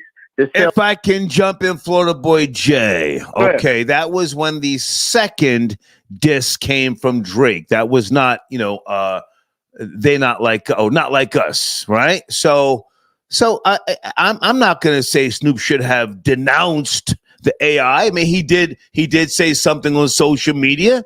He did. He said something. He didn't say anything. He did. We saw the video. He did say something. He looked in the camera. He said, I'm going back to sleep. He acknowledged, what had happened. You're saying he should have denounced it, right? Stand on 10. We ain't fucking with that AI stuff Drake just put out. Okay. No, it's a no-go, just like everybody in the West or everybody who's just fans of pure hip-hop and was anti-AI was saying. You are supposed to be a West Coast nigga. Stand on the West. Okay. You, with Snoop Dogg and the game, are standing in the same seat when it comes to this beef. You niggas want to play both sides. You want to side with the winner when it's already decided. Nigga, don't try to come on stage after the battle decided. Nigga, you ain't staying on 10 when the war was going on. Don't try to stand on 10 after we won the war, nigga. All right. Okay. All right. Keep it a buck. Snoop is a goofy. Snoop is a goofy, 100%. We don't want to hear what Snoop got to say. It don't matter if he was there or not. I know him and I think not Daz, but I think him and Warren G had a show that they're already booked. So a lot of the artists that people are saying that they wanted to be there were already booked for prior events. So I don't think there was any issues there. But for the prime example, like for Snoop to say what he said, Snoop is not somebody that real niggas on the West Coast look at as some type of voice. I beg to differ. I think it's a great thing that he acknowledged this young man. Snoop makes a shitload of money. I mean, he's got the Cali red wine. He's got his hands in a lot of shit, man. It's not like he's some old broke nigga sitting back just cloud chasing. I mean, he does a lot on social media, yes, but okay. So let's talk about the pop out concert. Did you see it at the Forum? Oh, absolutely. I seen it. I never enjoyed hating on a nigga so much. And seeing a celebration of hate like that was like a Play Haters Ball 2024. The fact that we can all come together and collectively hate on a whole ass nigga like Drake and that capacity was monumental for the black community. If one thing we're gonna do, we're not gonna come together to get no money. We're not gonna come together to get us out of social economics, but we will come together, put our differences aside to hate on another nigga. There is nothing more black American than that on Juneteenth. It was beautiful. Okay. I hate to keep bringing this guy's name up, but Russell Westbrook, why was he on stage Crip walking? Is he gang affiliated now? I'm confused. Yeah, of course. You should have known he's rolling. He's a part of the I don't want to be sitting here as snitches, but he's definitely a blue affiliate. Especially when Nipsey died, he put up a 20-point, 20 assist, 20 rebound game for the 60s for the Rolling 60s. And if you ever see him pre-game dancing, he definitely throws up neighborhood. He definitely neighborhood Crips for sure. Okay. That's what is so monumental. Like niggas like Rory, niggas who can talk in their New York crib or talk from their regional crib, even if it's from Florida, but don't go out to the West Coast. Niggas like me and you, we put boots to the ground. Right. We actually respect, the ground we walk on. So when you go to the West Coast and understand how monumental you all gotta be real motherfucking alert and conscious of where you are. Exactly. It's not about being tough, it's about being smart. It's smart, yeah. You don't have to be scared like a nigga, calling in, talking crazy about California, but can't actually go there and show respect to where you're from. Ooh. The fact that all the niggas on stage. Shots fired at Rory. You taking shots at Rory? Yeah, call it clout chase or not, but all the niggas on the stage together from different hoods, from different sets. Okay. Crips bang on Crips, blood bang on Bloods. Niggas think Pyrus and Bloods are the same thing. They're not.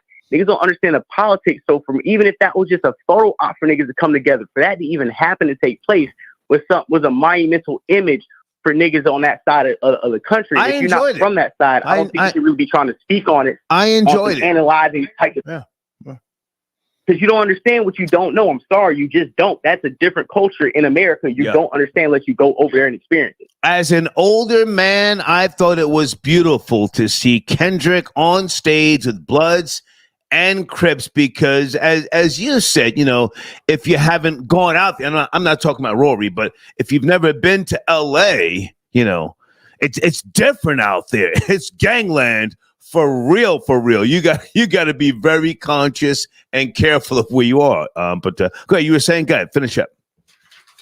Yeah, no, I was just saying, even if it was just a photo op for the hood or if it was a photo op for anybody else, it's just for the fact that niggas got together and made that happen. The fact that Kendrick Lamar was able to do something as an independent artist to take his singles without out dropping an album or cutting any label deal. He got the bulk of that Amazon contract. You have to look at it from a content creation standpoint for the fact that I can drop just straight singles, no project, have an exclusive Amazon stream, and have all eyes on me as if this was a primetime sporting event as an independent artist with no album, just straight singles, selling it, marketing it, bringing other artists on, keeping it exclusively regional. What Kendrick Lamar did should be studied bigger than this was over Drake. This was a masterclass in marketing and artist exposure from an independent. Let me ask you a question, Florida Boy J. Is it fair to say that the West Coast has laid down 3 East Coast rappers? Biggie, Pop Smoke. Tupac was born in Harlem. He was raised in Baltimore and the West Coast, but technically Tupac was a New York nigga, and they laid him down in Vegas. Would it be fair to say they laid down 3 East Coast niggas in the West? Oh, absolutely. Absolutely, because the niggas who lay down Pac was Southside Crips. So, of course, Bloods, Crips, it don't matter. If you come to the West Coast, you got to make sure you standing on 10 and making sure you walking light. It's not about you or about PNB Rock. I liked his music. Philly nigga. You Philly nigga, yeah. He had a song, was it with Lathan Green, Troll Babies? Was it that little sexy thing? You know that track, Florida Boy J, with the PNB Rock and Lathan Green? I think I could probably find you on I think Hitmaker produced it. Hold on a second. I'm so ashamed that I know that song. But even being somebody who frequents going out to California, what I'm trying to tell, it's not about like dick riding or just side. No, it doesn't matter how tough you are, where you're from. It doesn't matter what type of rep you have. Niggas don't care because they're trying to earn their stripes to stay in the hood and make sure they don't get packed out of their own hood. The song is called "Leave 'Em Alone." Oh, that was my shit. On Lastly too. Layton Green. Pardon me. You were saying? Go ahead. Oh, what I was saying was, it doesn't matter how big you are, where you're from. If you're the king of New York, if you're the king of Miami, if you're the king of Texas, you go to Cali, them niggas don't care about them sets. The niggas trying to earn their stripes, and they're not trying to get packed out their own hood to go over that overpass where the ops are, number one. And number two, Rory and a lot of these people like to love the propaganda about white guys in prison running stuff about Aryan Nation. We all know if you ever got people in prison, white boys ain't running shit in prison. We know that. Whoa, we all know that. Florida Boy J, now you keep calling Rory's name, and when you do that, he wants to chime in. What are we doing tonight? I mean, he can chime in. I'm just correcting some of the things he came on this black platform and started. I don't know if it's a black platform now. I don't know. This is not a black platform, sir. It's not. It's not a black platform. Cool. It's fine. All I'm saying is the audience is predominantly black, and I don't need his white ass coming on here. No, sir. It's not a predominantly black platform, sir. My analytics show that. You're right. You're right. I have a lot of different, diverse audience here. It's not right. This is what I'm saying. Now, do you want to talk to the white boy? Where are we going? If you want to talk, I'm just speaking on the fact that white boys don't run anything in the prison system, number one. And number two, when it comes down to this LA stuff, or when it comes down to what was going on like there, or when you was talking about the Mexican gangs and the black gangs, there's been times where the black gangs have won in Mexican black wars. Not all about niggas getting peace. If you actually do your research, Rory, you actually have some facts. Hold on a second. Don't call on here just talking crazy. Okay. You can call on here too. It's Friday night. Okay, hold on. I'm bookmarking Layton Green song featuring Lil Baby and PNB Rock. That was my shit. Leave him alone. We'll play that when the show's over. Oh shit, there's Rory. Hold on a second. Wait a fucking minute. Hold on a second. White boy Rory. White boy Rory, you in the building? Where's Rory? Yo. Yo, what's up? Yo, FPJ, what are you talking about? Here goes another one. And first off, you're not even from the East Coast. Where you get off? You're not even from the East Coast. You think you're the whole groupie. You the whole West Coast. Okay, guys, one at a time. Hold on a second. West Coast Guys, one at a time. One at a time. Rory, we got an echo in the background. Can you fix your headset? Echo in the background. He's deep in the pussy hole. I'm sorry. Come on, crawl out of there, Rory. Okay, hang on. No, you another strawberry jackery ass nigga. Rory. Get out. Yeah, you another guys. One at a time. One at a time. You are. One at a time. Rory, you go first. Boy Jay, hang on. Let the man speak. Yeah, this dude looked like Brittany Griner with her shirt off. That's exactly what he looked like. And this is what I'm talking about. This is another groupie, man. This most of the country. We don't call anything East Coast. Like, that's out the window. You might get tri-state at best. Tri-state. That's at best, because those people come to New York for work, and then this is another group. Nigga, I know you ain't calling it, to LA. You go all the way to the other side of the country and celebrate another culture, another pussy-ass culture, because you ain't got shit where you live. You live in the armpit of Florida, man. You live in the goddamn armpit of Florida. You go 3,000 miles away to big up some other lame-ass motherfuckers that you don't know nothing about. Of course the Aryan Brotherhood runs shit in the prisons out there. Of course they do. Everybody knows that. Everybody knows they call the shots out there. Everybody knows that white boys don't play that shit. There's not enough. Rory, statistically, there's not enough white boys to run any type of prison. You already know that. That's why y'all got to get told the Mexicans to actually have a numbers game. It's a numbers game, Rory. It ain't a power game. Y'all don't have any power in the ethics is running you out of every neighborhood. Running them out of every neighborhood. Compton is a Mexican neighborhood now. Compton is a Mexican neighborhood. You done? You know that? You know you're a fan. You're a big fan of LA movies, Compton movies. You're a big fan of Boys in the Hood. Boys in the Hood is a Mexican neighborhood. Do the research unless you go on YouTube. Boys in the Hood is a Mexican neighborhood. You a whole groupie. You a whole LA groupie. You from Jacksonville. You from Florida. You ain't going out. You a whole LA groupie. You don't have no culture. Guys, we have to do one at a time. It's okay. Hang on a second, Rory. That's why you running LA. Okay, hold on. You don't have no. Okay, Florida Boy Jay, you have the floor to respond. Rory, hold on. We can't do the yelling. One at a time, please. Florida Boy Jay, you have the floor. Obviously, this nigga Rory is tooted up under the covers, being triggered right now. Because he's getting called out for all the bullshit he spewed on your platform.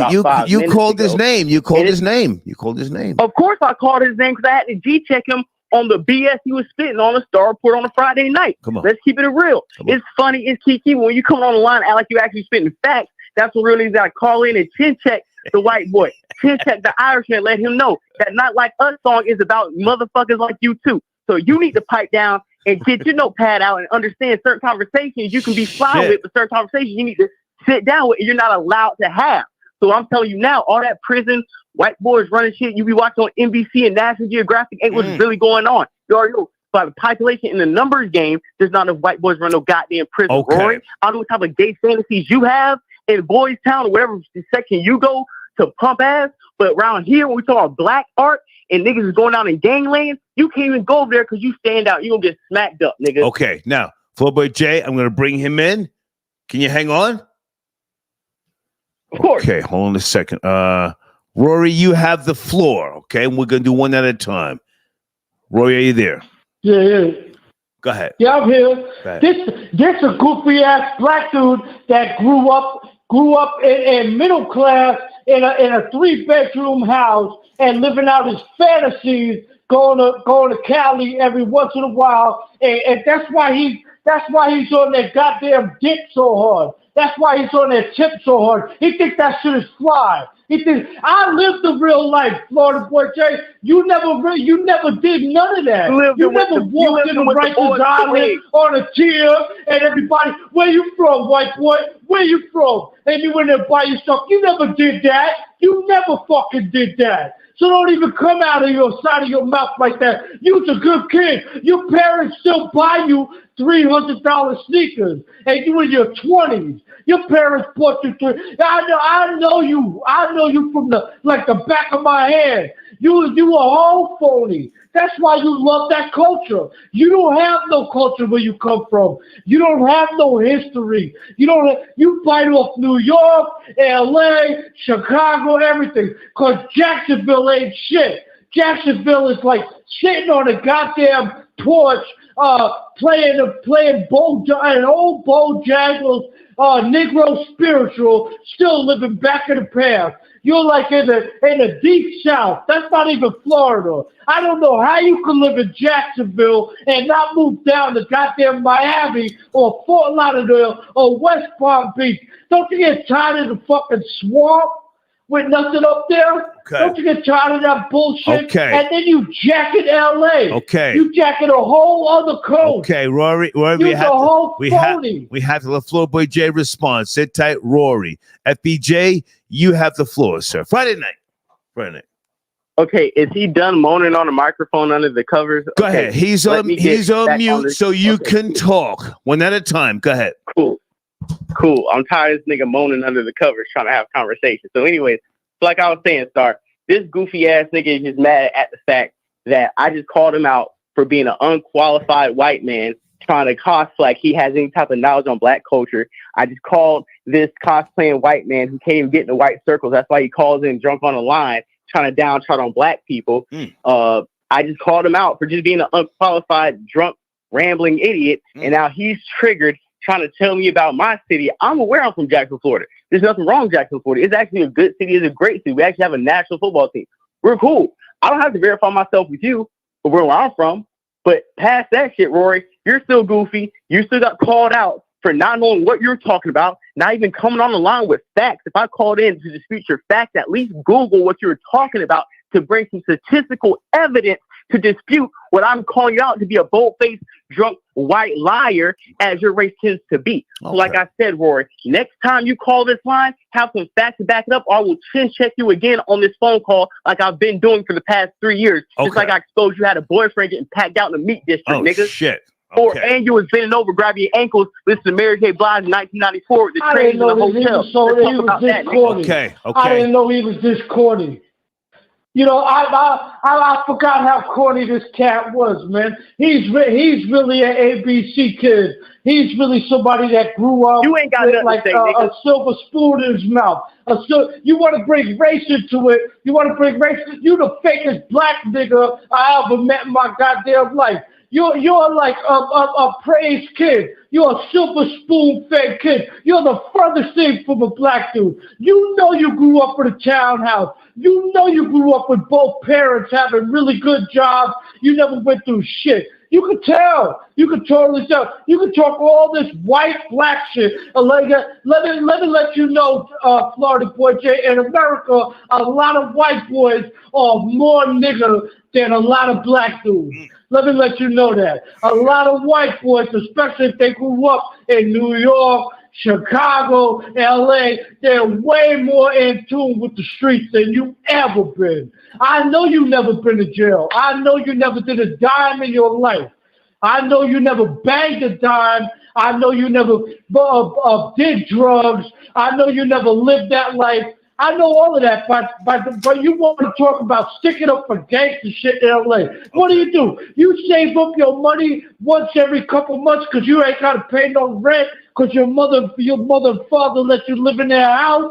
I haven't lived with my mother and father since I was 17 years old. Okay. You save up your money and you go out to LA and be a fan. Guys, I have to you watch too many Boys in the Hood movies, man. Okay. Chump, Rory, hold on a second. ScHoolboy J, guys, I had to. Brittany Griner without a shirt off. That's him. I gotta take other calls. You good, That's Rory? FBJ. FBJ, you there? You good? We good?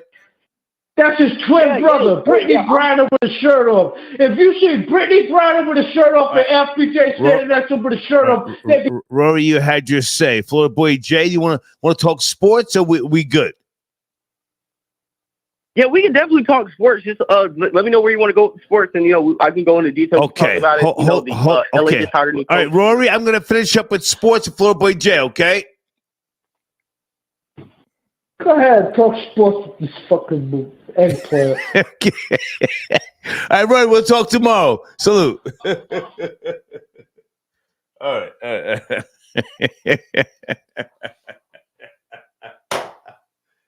Sports, ScHoolboy J. Anything we need to be up to speed on? I saw Reggie Jackson talking about I don't know, playing. Man, no, we got to talk about that. Alabama back in the days. Oh my God, that's so far back. That's so long ago. It's just like I don't know. You don't have to talk about that. I mean, unless you want to. ScHoolboy J. Go ahead. Now, I'm just gonna say something real short and to the point on that. The reason why we need to go back and watch that if you haven't seen it, because this isn't Willie Mays, this isn't Hank Aaron, this isn't Jackie Robinson from the 40s going back. Reggie Jackson played baseball in the 80s, nigga. Yeah. Reggie Jackson isn't anybody in what they like to do with the Martin Luther King pictures and Malcolm X pictures. They like to give them to you in black and white because they don't want to allow you to understand how recent a lot of these atrocities were. Just like when they had that baseball game on, they turned it to the black and white screen because they always want to make you think that the atrocities happened further back than when they did. And Reggie Jackson was really pointed, and what Fox and Murdoch company did not expect was for Reggie Jackson going up there and giving it up and said, for the way I wanted to feel, the way I wanted to retaliate, I would have been on one of these trees over there. Mm-hmm. It was important that he was able to talk like that. It was important that he got his point across because he was one of the greatest African-American baseball players of all time. Absolutely. Absolutely. And even if niggas don't know about him, he should still get his respect to get his point across. Mr. October, for those who don't know. Go ahead. Yes, sir. Mr. October. Yep. No duplicate. Everybody wanted to ride that nickname after a hot game with a 3-hit game in the playoffs. No. Mr. October came around like a tradition. That's why he got the name. Yep. Yeah. And the Lakers. I used to eat his candy bars when I was a kid, for those who, give a shit. But okay. All right. So anything else, man? Basketball. Did we speak about Caitlin Clark not being on the Olympic team? I don't think you called in on that show. I think she should be on that team. There's some type of Italian 42-year-old woman on the goddamn team now. You know what I'm talking about? Female basketball team. Yeah. Come on. Yeah, of course. But no, Caitlin Clark should not be on that team. Like, you have to have camaraderie. You don't You listen. Come on. You're trying to win the gold. Why are you going to risk, just like in an NFL star, in the NBA, great players, just like AI, T.O., Chad Johnson, great players that could have played the league well beyond the time that they retired, but for the fact that the rest of the team would have been alienated and it would not be good chemistry to win, those players were left off the team. Even Tim Tebow. You could be positive, but the distraction that you present for the team usurps the common goal, and that it is going to cause friction and a problem for us winning championships. So therefore, we have to leave you off the team. Caitlin Clark is polarized enough to where she is too risky to put on that team. And guess what? Just like it is with Kaepernick and black players, it can happen with white players too. But when it happens with white players, we don't have to cry foul because it is what it is. Now hang on a second. Now, what about the breakdown that Stephen A. Smith gave, which was a very, very good breakdown about Shaquille O'Neal not making the men's Olympic team for the Dream Team, back in the early 90s.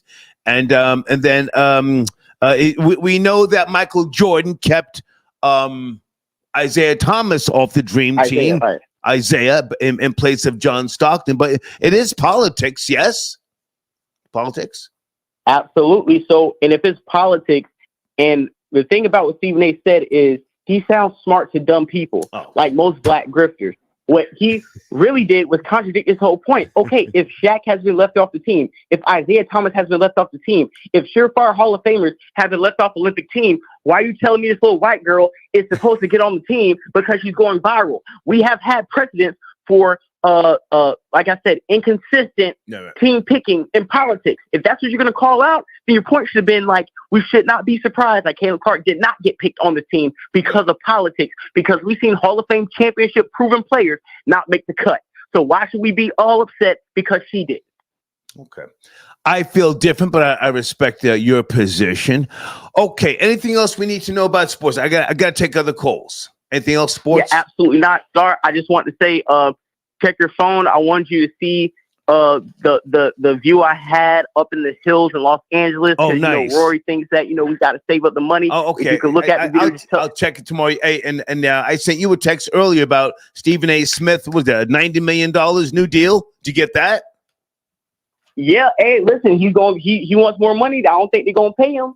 Stephen A. might have to go on YouTube Live with us. You might have to just be on YouTube with a real nigga. Okay. All right. They kick that money to Pat McAfee. Keep me posted. Real nigga wake up call. Keep me posted. Absolutely, man. Thank you, man. Hey, appreciate it. Thank you. Have a good night. Yes, sir. Thank you. Okay, Florida Boy J tapping it. Dana, I got your email. Thank you, Dana. What's going on with Birdman visiting a prison? You guys know what I'm talking? I can't watch the video right now, but hold on a second. Okay. Birdman says, I got enough power to help y'all. The inmates say, okay, we need books to read. And then Birdman says, you think reading books gonna help you?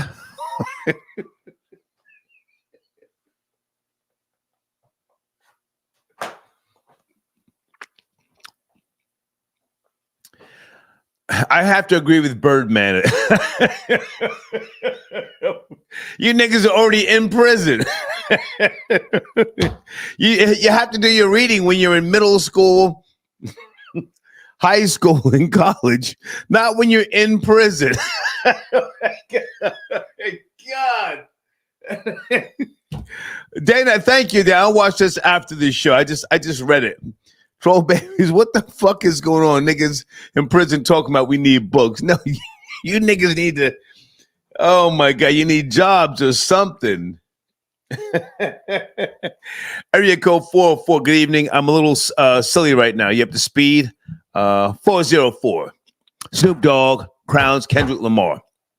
Are you ready? 404, yes, no? Yes, no, maybe. We got to go. Star. Hey. Can you hear me? I can hear you. Who's this? This is Kendra. Hey, Kendra, how are you, baby? I'm good. How are you? I'm a little silly right now. I just watched some video. I couldn't hear the audio, but niggas in prison somewhere telling Birdman they need books. You know what I'm talking about? Well, I saw the video, and I have to agree. I mean, they're in prison, so I don't really know if books are going to help them. Books aren't going to help you in prison. I feel like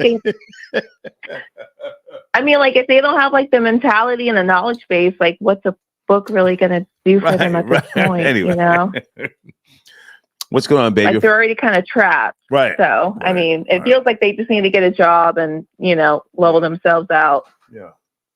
Anyway, what do you want to talk about, babe? Snoop Dogg crowning Kendrick Lamar King of the West. What do you say?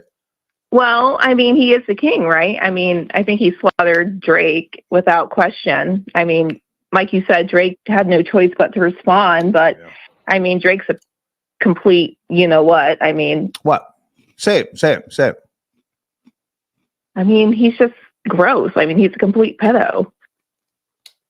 And he does like young girls. Well, now, I have no proof of that. Do you, or are you just following behind hearsay? I have no proof of that. Well, it's a little bit of both. I do have a friend who was on a well-known show, 90 Day Fiance, and he did slide into her DMs, and he slid into mine too. So it's a little tricky. Mm-hmm. How old are you? I'm of age now, but I wasn't of age back then. I'm 20. Okay. So Drake slid into your DMs allegedly, and he said, "Hey, you're a fan." I mean, did he send you a dick pic like fucking Crazy Legs from the Rocksteady crew was doing? Well, what did he allegedly do? 3 years ago. Oh wow. Yeah. Well, okay. So at 17, which is not a good look. Okay. Continue on. So, I mean, I just feel like his rhetoric, everything that he stands for, it's just not genuine. Like, I feel like he just likes to, feed off of hip hop culture and the Black community, but I feel like he doesn't really know anything about it, like, personally. Like, I feel like he likes to identify with, like, his mother's side, but when it comes to, like, his dad, he doesn't really represent, like, in an honest fashion. Like, he only does it to make it seem like he's down for the culture when it's convenient for him. No. But anytime he's, like, up and he's doing well and things are going great, he could really give two shits about us. Yeah. It's called code switching. It's called code switching.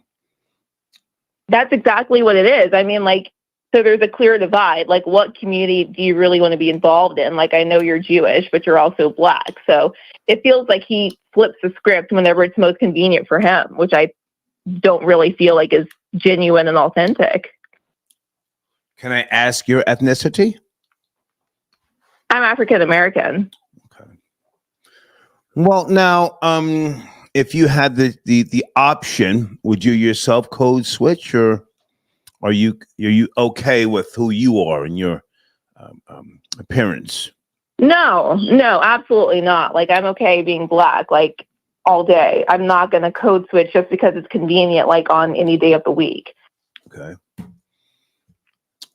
And I don't think it speaks to, like, his true character. Like, I think he's just doing it just to make money. Like, it's just for monetary purposes. Like, I don't think it's anything that's sincere. I mean, look at his verses, look at his raps, look at everything that he's accomplished thus far.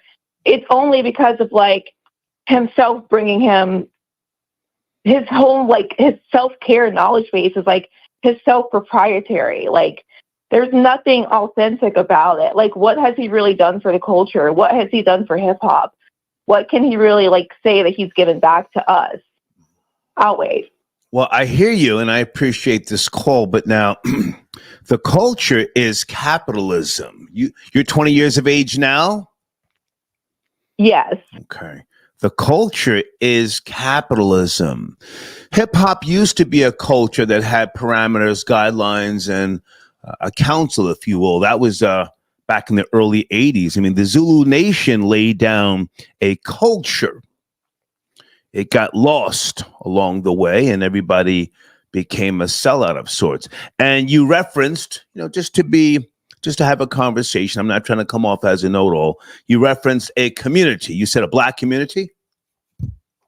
Right. Mm-hmm. But it goes back to my greater point, right? So if that's like... Well, hang on. Hang on. Like his MO. Hang on. There used to be, but I don't know of any Black communities in America now. Can you point one out? A Black community, not a Black neighborhood where they have eateries and a barber shop. That's a neighborhood. Can you point out a Black community? Like an HBCU? Like, in what fashion, I guess, are you talking about? What are you referring to specifically? When you say a community, like, a credit union, a bank, a supermarket, a hospital, those are things that make up a community. I don't know of any Black communities in America. It's different now. And I'm not trying to clown you. I'm not trying to, belittle you, but I'm saying it's different now. Black people, for the most part, are trying to fit in and live amongst whitey and be a part of the mainstream. There's no more Black communities. Yes and no. Yes and no. So, okay, I'm in Atlanta, specifically. So, like, the Atlanta Fed, like, specifically, like, if you're talking about, like, a bank or a credit union, like, that's, like, an affiliation. Like, I've got my university that I'm a part of, which is Emory, but it's not really known for, like, African-American or, Black culture. So it's probably not a really good example. But I guess what I'm getting back to is, like, is there no code of law? Is there no process at hand? Like, what are we really trying to get to when it comes to Drake and what not only is he identifying as, what he's most comfortable with at any given day?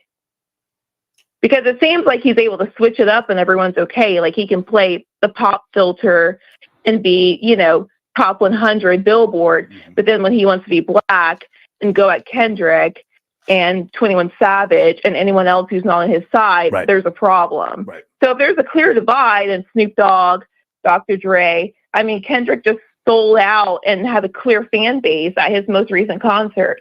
Can we really say that Drake can do that? Yes, to a certain extent, but I feel like without black people, like, what does he really have to write on? Because that's what he's really trying to feed off of at the end of the day. If he's calling himself rap and hip hop and going with that narrative, then what is it? I think that's what I'm trying to figure out. Like, what's his perspective? Like, at the end of the day, everybody has an MO in the entertainment business. So what is Drake's MO? Because he's been dead silent since that back and forth with him and Kendrick. So if you're really down for the culture, what can you say you're actually sponsoring or giving back to when it comes to this community in particular? Okay. I appreciate everything you've just said, and thank you for calling in. I hope that you call in again. I think Drake, I like his music, you know, and I was rooting for him, but clearly Kendrick Lamar took the war. You know, Drake put up a great battle, but Drake took Kendrick won the war, right? But with regards to that community that you keep referencing, and you're from Atlanta, or you go to school there? I'm from Atlanta, and I did go to Emory. Okay, yeah. So I'm born and bred here in Atlanta. Yeah. And again, you know, Drake's Canadian, so maybe that's another difference. I'm not trying to say like it's an international thing too, but I don't know. I just feel like his clear motive is not really to give back to the culture or to really provide anything to us as a quote unquote people more than just, okay, I can do a little rap. I can get some ghostwriters, hit my fan base up when it's convenient, and then I'm out. I want to say a few things, and I'll let you finish up.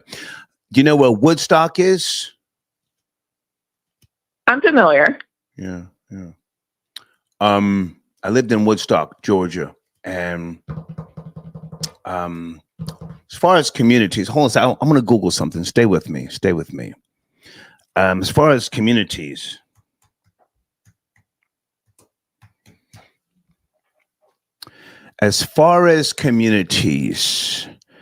I think the Atlanta metro area has become a place of chaos, finesse.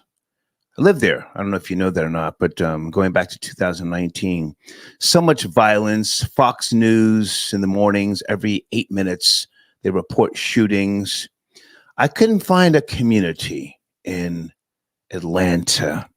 They've got barbershops. Even Killer Mike has a barbershop down there, and there's eateries and all sorts of shit. But I think it's probably one of the worst examples right now of Black progress. I just want to say that. But let me just finish up on Drake. I think Drake's core audience is white people, and they are the biggest supporters of rap music. Wouldn't you say? I'd agree. And I mean, going back to your point about community, Atlanta is kind of like a sellout at this point. And I'm only saying that because I'm born and bred here at 20 years old.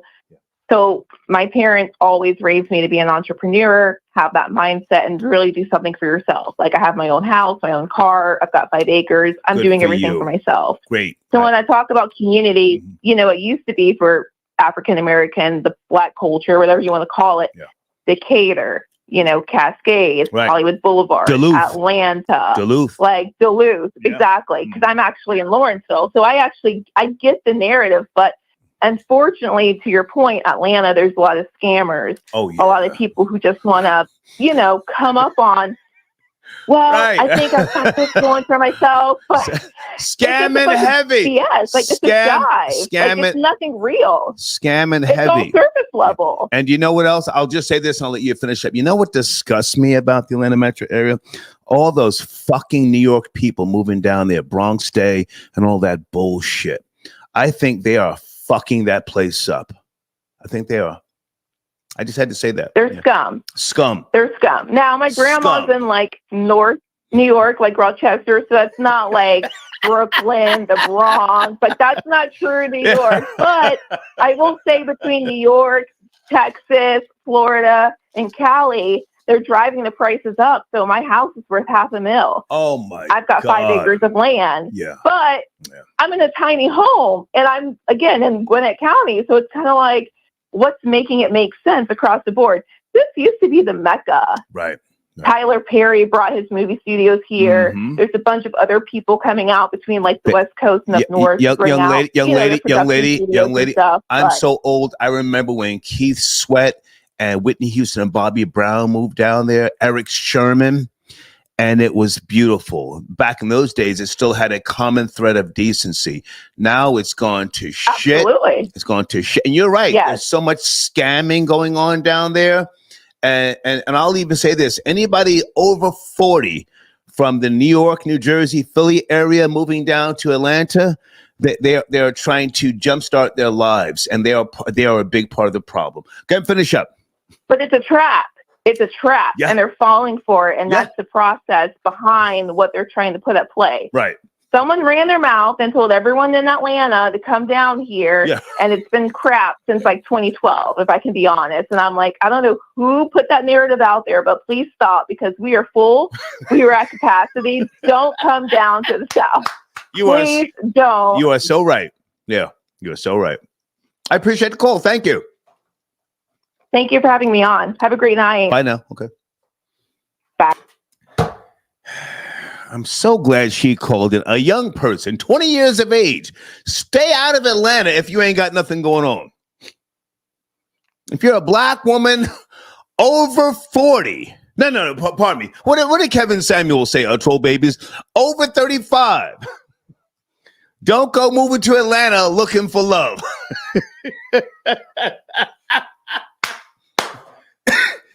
The HIV is through the roof. Herpes. All them girls go down there trying to sell pussy. Old rapping niggas moving down there. Why? So glad she called, and I hope she calls back.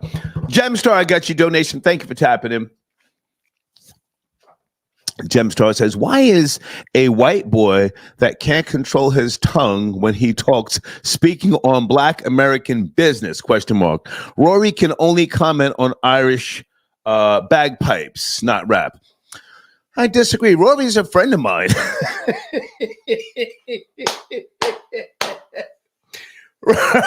Rory knows rap music better than me. He lives that type of fucking a lifestyle. That's my nigga, for real, for real. Okay, someone pretending to be whack 100. Okay, I read that one. Tell your calls to keep my name out their mouth. Extended show. Hold on a second, guys. Extended show. Area code 718. Good evening. Are you there? Friday night, late night. 718. Good evening to you, or good morning to you, and to all the folks in the chat. Hey, how you doing? Hey, what's popping, sugar? How are you? Listen, I'm doing great. You know, I tuned in here tonight, and I said, I don't know why Star's show is so effed up on Friday night. I mean, I was going to comment on Rory going off on this and that, and good news was somebody brought up in the chat, and I appreciate the 20-year-olds. But I'm not 20. Okay. And I went to school in. How old are you, baby? How old are you? You know, you always ask me when I come up. I think you and I are in the same age group. Okay, I'm about 59. Okay. 60, well, baby, I don't remember. I'm no. And listen, I'm 60. Hang on. My brain is fried from the coke in the 80s, and I've got something called prosopagnosia, where I can literally see somebody and I don't fucking remember them. You ever heard of that, prosopagnosia? No, this is what I'm talking about with your Friday night show. No, I didn't. I'll Google it. Go ahead. But listen, like I said, I appreciate the 20-year-olds. I appreciate your regulars when they come up to combat one another. It's very odd. So you have a discussion about how folks was raised and whose culture was different from this one and that one. But then I really wanted to talk about this Kendrick piece. It's interesting to me that, I've always understood that Drake is not American. He ain't East Coast, West Coast. He's not any one thing. He's a multitude of many things. And you are absolutely correct. The purpose, the real core here is capitalism. And he does it very well. Yeah. And so when I hear the 20-year-old who tells me she went to Emory and she's pretty much had an upper middle class education, and then you're talking about, Birdman went to the jail and says, hey, what do you guys need? And the guy said, they need books. And you said, what do you need books for in jail at this point? Well, somebody needs books. Why? You're in prison. A fucking book can't help you. But maybe it would, because it doesn't seem like books on the outside are helping too many people to know. A book's not going to to help you. Know what culture is and community and history and who's who. And, if you're following other trends in the entertainment industry, you see it's collapsing. The economy isn't doing well. And the music industry isn't making money. They got, I don't know how many lawsuits is out here against all these folks. So it's tanking on its own. So I'm really not certain who should be reading the books overall, but I think everybody needs to get into some of them so we can understand where we've been and where we need to go. Can I jump in? Sure. Okay. I appreciate that 20-year-old calling in. Here I sit 60. I'm old enough to be her fucking grandfather.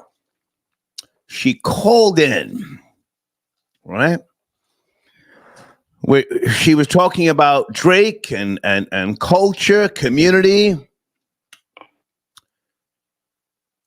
I was raised in middle suburbia. You know this already. I grew up on Led Zeppelin, Kiss, Judas Priest, Rush, The Cure, Boomtown Rats, Scritti Politti. You feel me? I got into I was resistant upon hip hop. Resisted at first. I said, what is this nigger shit? What is this? But I have learned to adapt and change and accept certain things as my life evolved. But with regards to Drake, and I don't want to just focus on Drake, Kendrick Lamar was crowned king of the West Coast. I think that's a beautiful thing from Snoop Dogg, an older guy.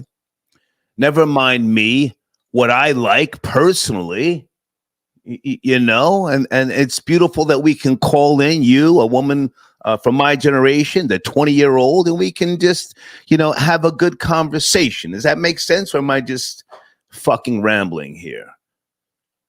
No, it makes sense, but we will also want to have facts, don't we? Yes. Okay. But no. Okay, well, go ahead. You're saying, go ahead.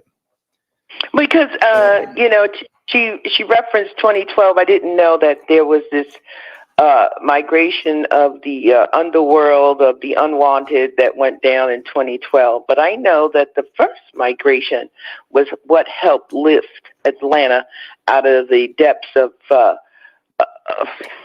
being 100 years behind, bringing in technology, bringing in a whole new transportation system, bringing up housing. No. That 20-year-old was spot on. I'm not talking about 2012. I'm talking about 2012. I know what you're talking. I know you're talking about the Whitney Houston, Eric Sherman, all that wave. A salute to Eric Sherman. Correct. That's my nigga. He and I, we still talk from time to time. No, that 20-year-old is spot on. The niggers, not the black people. God. Not the black people, but the niggers from the north have been moving down there with all that scamming and bullshit, trying to be managers of rappers and producers. And and trying to find love and the felonies and the fucking owing child support and old niggas moving down there with herpes and all sorts of shit. That's who's fucking that place up. Fucking that place up. You feel me? So the 20-year-old is spot on. But now, with regards to what you're saying, are you anti-Atlanta? Let's be clear. I mean, it's thriving. It's popping right now, but it's a very different Atlanta. Yes, the metro area. Yes. Mm-hmm. Yes. Yeah. Yeah. And most of the people that I went to school with down there, they don't live in the metro area anymore. Yeah, no. And when you see the situation that's going on with YSL and the judge on the case and with DA Fonnie Willis, you just say, well, they've come into their own identity of crisis in terms of management and leadership, and why things probably will get far worse before they get any better. Now, for the big move in 2012, I didn't know that's where all those folks went who got put out of the, as Rory says, the tri-state area, particularly New York City and in Brooklyn. So that's where they went to go live when the rents got too high, and they said they were going to go have a calmer kind of life. But are you a mother? Are you a mother? Of course. Okay. I'm a fantastic mom. Okay.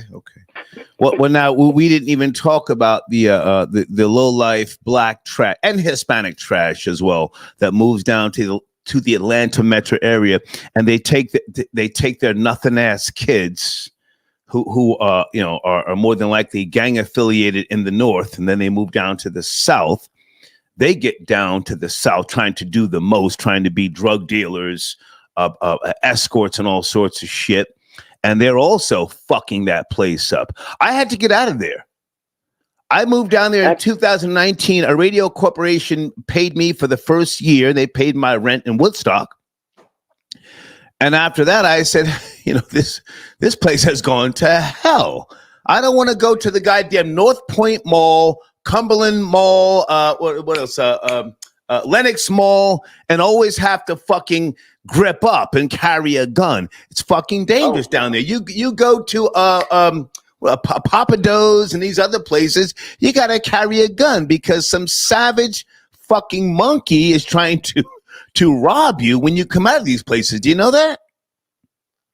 Well, unfortunately, I know a little something. My cousin lost his son there, and son's life was taken. He was 32 years of age. And folks, give us a second. I don't know where we're going. We're just now we're shitting on Atlanta. I don't know what the fuck I'm doing. Go ahead, baby. Go ahead. No, I'm not. Listen, I haven't been to visit in a while, but I really, this whole piece with Kendrick Lamar being. No, never mind, Kendrick. Let's go back to the monkeys moving from the north to Atlanta, down here in Jonesboro, East Point, and fucking Riverdale. Trying to buy up bullshit properties, flip homes, and then rent out Airbnbs. Let's focus on those fucking losers. Well, come on. Listen, the truth of the matter is that we had a big shift here in the Northeast with properties and real estate, and a lot of folks got pushed out. And those folks said they were going south. And many of us said, hip, hip, hooray, see you later. And so they left. Yeah. And, I've learned that many of them took their very bad ways and their bad behavior and took up arms down there. Right. It's unfortunate. Yeah. They couldn't live up here anymore. Yeah. It got too expensive. Yeah. And they're down in the Atlanta metro area doing that Bronx Day bullshit. They need to stop that nonsense. That's disgusting. Well, you're not going down there to stop them, and neither am I. I got out of there. I'm in North Carolina now. I got the fuck out of there. But go ahead, baby. Finish up. I'm sorry. Go ahead. Well, and the other thing, again, is if you were following this YSL case and you're following Fonnie Willis, they've got to shore up their legal system, and they've got to get better lawyers, and they have to figure out how they're going to win this suit, because they're about to lose this lawsuit based on their so-called star witness. Hold on a second. There's a black judge arrested in Atlanta. Did you hear about this? A Douglas County judge. What is this mammy's fucking name? Christina Peterson. You heard about her? I think so. A Douglas County probate judge, Christina Peterson. She was hanging out at some fucking club, some bullshit club in Buckhead. Troll Babies, what was the name of the club she was in? This fucking loser bitch. Hold on a second. And she hit a cop in the head, or a sheriff. What was the name of the club? No, Buckhead nightclub. Anybody know the name of the club? She's 38 years of age. Down there on Peachtree Road. 3:00 in the morning. Turned up on that bullshit. Anybody know the name of the club? Troll Babies? And baby, I'm rambling. Pardon me. Go ahead and finish up. I'm doing the most right now. Go ahead. No, it's okay. I just, I just need for there to be some consistency when folks call in. And no, baby. It's Friday night roll all over the place like bird shit. All over the place. And I appreciate you. God bless you and your wonderful family, baby. All right, Star. Thanks for taking my call. God bless you. No, okay. Seasoned coochie. She says she's from my generation. Somebody give me the name of that club. This fucking mammy judge, Christina Peterson. There's a bullshit goddamn club she was in. Hold on a second. Let me go to Fox 5 Atlanta.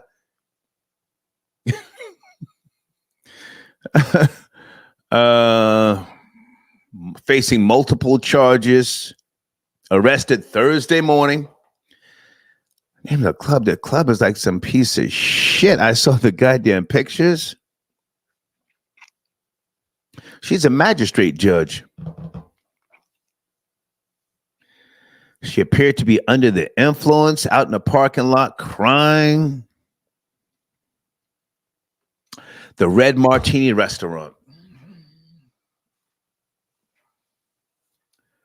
The Red Martini Restaurant. They should take away her credentials and give her ass 6 months. That place is going downhill. We're not going to focus on Atlanta tonight. I just had to say that. Hey, Penelope, I got your donation. Thank you, darling. She says, Star, what the fuck is prosopagnosia? It's a type of troll babies. What is Hang on a second. Let me Google this shit. Brad Pitt has it. Hold on a second. Prosopagnosia. Okay. It's a condition where you have difficulty recognizing people's faces. There is no treatment, but there are things you can do to help you recognize people. That's what I got. Hold on, let me put this in the live chat. Troll babies, this is what I got. Prosopagnosia.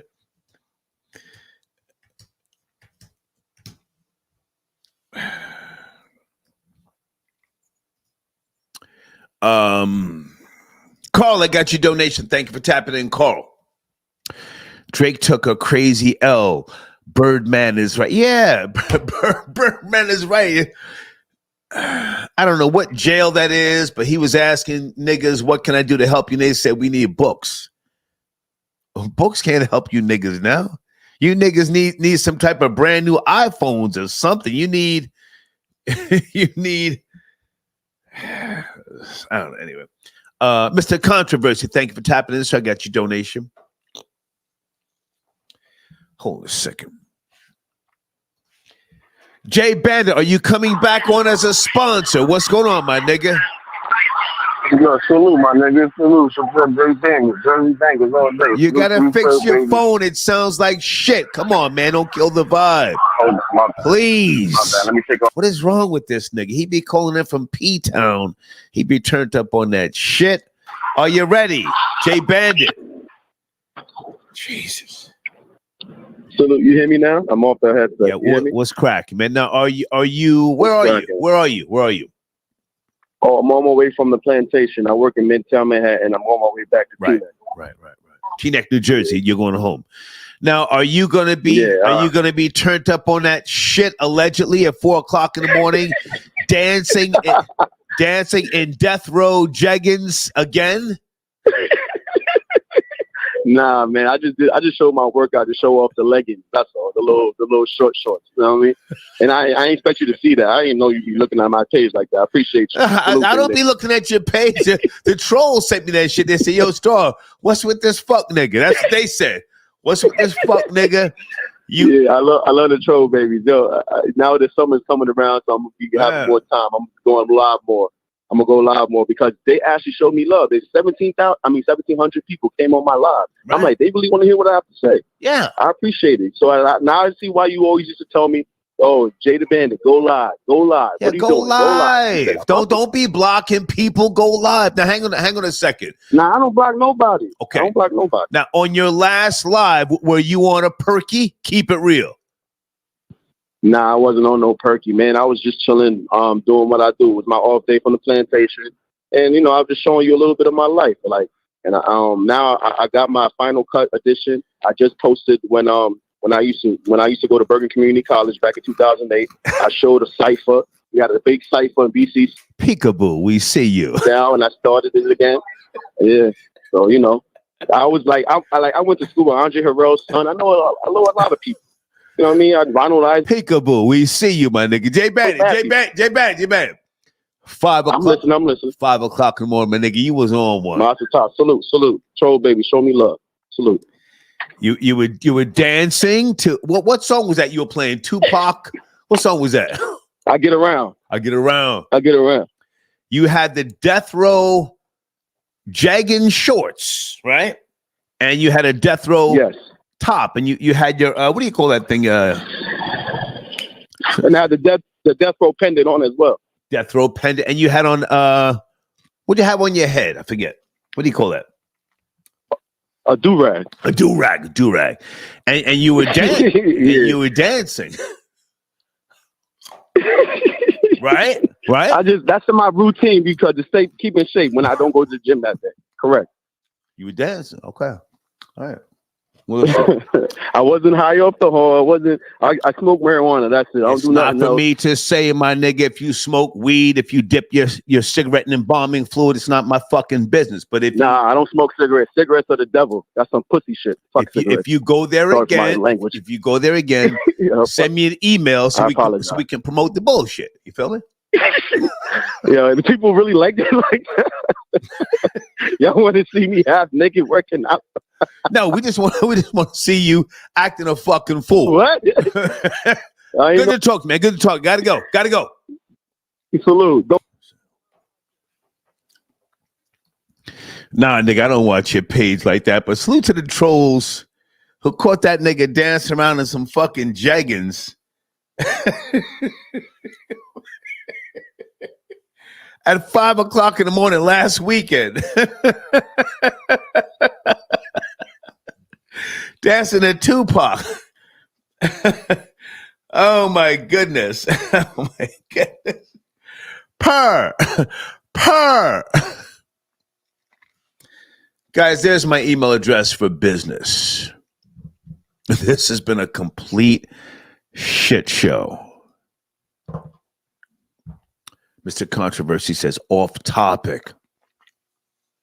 Star, what are your thoughts on the Beastie Boys? Did you have any impact? Did they have any impact on the culture? And why aren't they ever in conversation as far as architects? Because they weren't architects.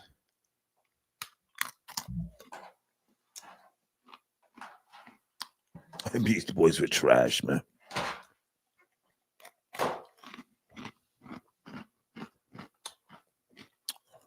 I don't want to go too far back, man, but I used to hang at CBGB's in the early 80s with friends of mine. And they were there, the Beastie Boys, you know. They were trolling hip hop. They were a hardcore band at first. Salute to Hurricane, the DJ. He and I went to high school together. Andrew Jackson, class of 82. It's hard to shit on them. I just didn't care for them, but they had their lane, you know.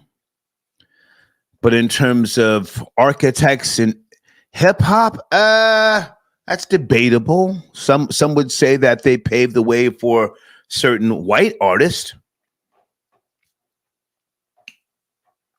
Mac Miller, Post Malone, maybe. I didn't care for them, though. I mean, there was too many other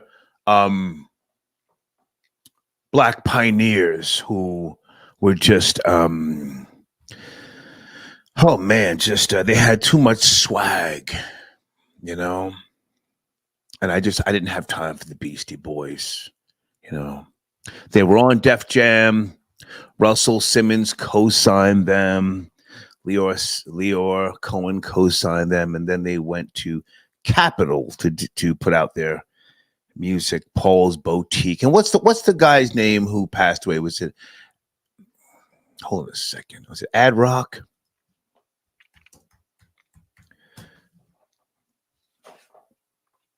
No. Ad Rock's still alive.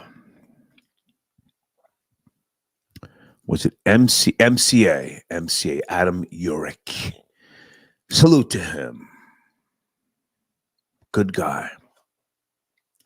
He's going on. That's all I'll say, man. You know, just I wasn't into them, man. But thank you for your donation. Okay, I got a sponsor that says he's not available to call in. Okay, salute. But let me give them some more shine here. Hold on a second. My supreme well-being.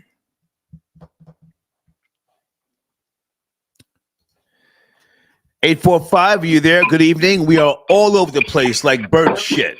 Are you there? 845.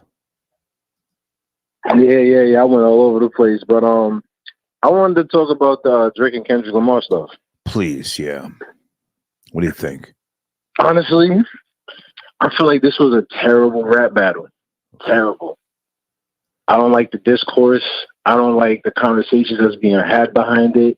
Okay. I don't hear nobody talking about bars. All it is about tea and gossip and a bunch of girly shit. Like, This is whack. You know, and I'm a big Kendrick Lamar fan. And I'm a big Drake fan too, you know. But, you know, when they first started going at it, I'm like, oh, man, we're about to really hit some, you know, some lyrical, you know, shit go down. But then when I started hearing the tracks, especially on Kendrick's side, it just seemed like it was like Twitter points, you know, Twitter talking points. Oh, you're white.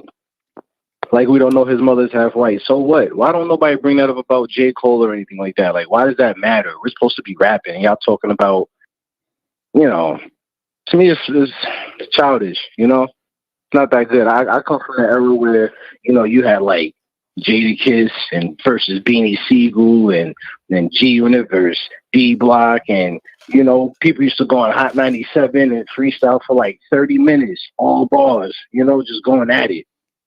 No tea, not talking about, oh, you beat your girl and you're having a Kendrick Lamar made a whole song with a whole verse talking about a person that doesn't exist, and nobody even brings that up. Shameful. But, you know, that's just my thoughts. Well, stay with me. I appreciate the call. It's late night.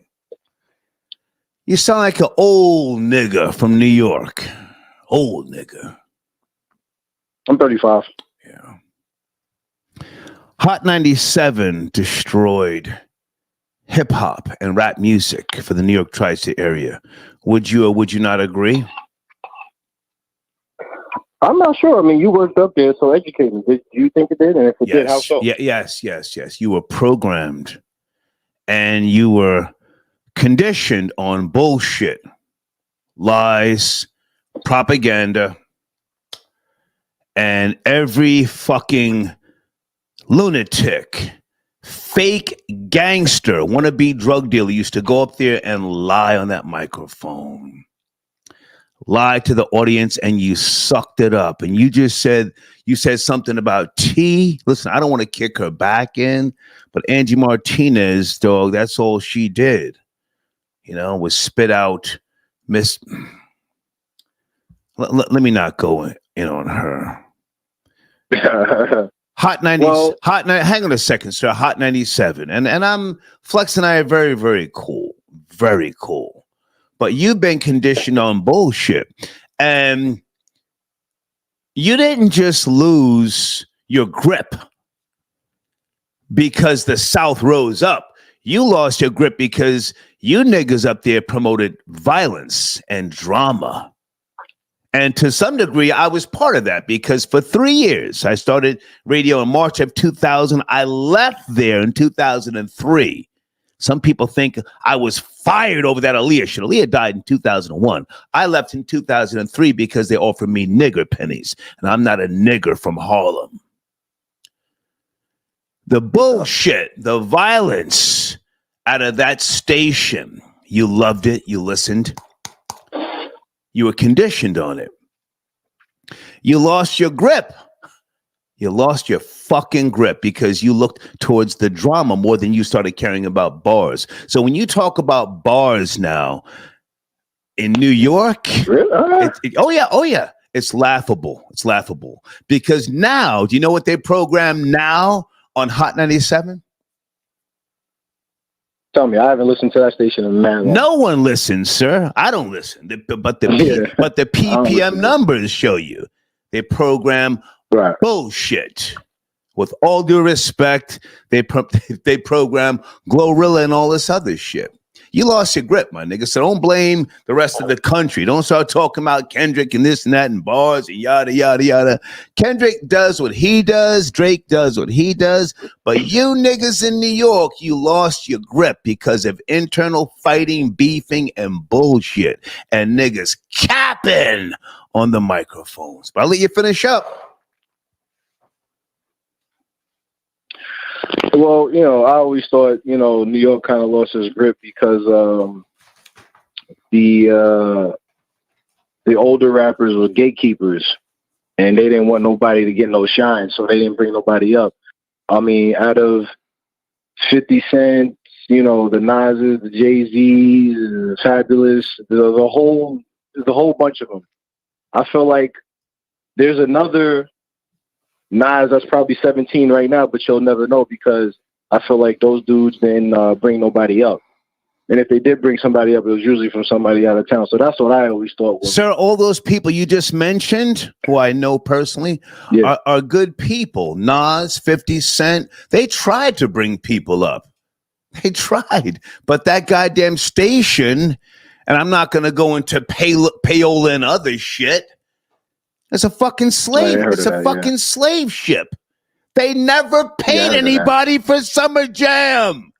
Ever. Jay-Z, Mary J. Blige, none of those people. Capone and Noriega never got paid for Summer Jam. But you know who they paid, sir? You know who they paid in 2003? Who they paid? The white boy, Eminem. Oh, I didn't know that. Oh, yeah. I got suspended because I snitched. They paid the white boy. They wouldn't pay Michael Jackson, who came. Remember when Jay-Z brought him out on stage? Yeah. Gave him nothing but to pay the white boy. You've been raised and fed on the propaganda and the bullshit. You lost your grip. Don't be mad at the rest of the world. I don't know where we're going. I'm just talking crazy, man. But I appreciate the call, man. Thank you. Thank you. So, baby, should I shut it down? Where am I going?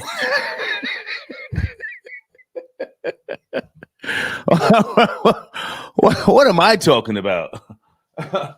Should I sip some more wine, troll babies? Sheesh. Good nigga Nas. I had to give Nas some fucking bars though when I was on Funk Master Flex show. What was that, a year or two ago? Nas talking slick about Doja Cat, but yet still you ain't got no bars for that goofy nigga 21 Savage or the little zesty nigga what is that? What is his name? Nas X? You niggas lost your grip up in New York. Keep calling me and calling me to do old throwback radio. I'm not married to an old bitch. I don't have old ass kids. I'll get back to you. Rondella got your donation. Rory, you're a liar and a nigger.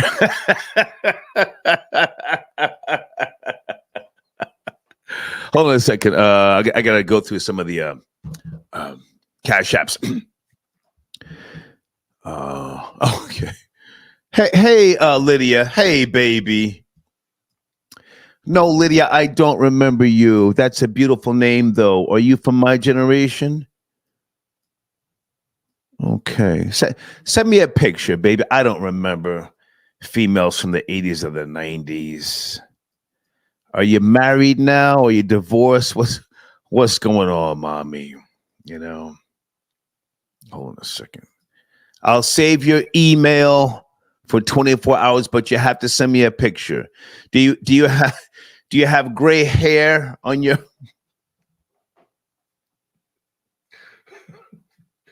Do you have gray hair on your coochie, baby? If you do, I'm gonna have to pass respectfully. Oh my God. Hold on a second. Somebody tapping in from Cali 323. Good evening. We're doing the most right now. We're doing the most. 323. Good evening. 012. 012. Hey, yes, sir. Yes, sir. What's up, Star? Yes, sir. How are you, man? Peace. Assalamu alaikum. Good. Ashe, Hotep, free the land. What's cracking? Let's go, man. I was just wanted to speak on the topic of Snoop and Game. Yes, sir. Crowning Kendrick. Yeah, they. Well, Snoop crowned him king, not Game. Game's a hater. Hating ass nigga. Okay. Go ahead. I will email you a YouTube clip from 2011 where Game and Snoop had joined Kendrick on stage at a concert performance, and they crowned him King of the West. And he got emotional there, but at the time, it was before his Good Kid, Mad City album came out.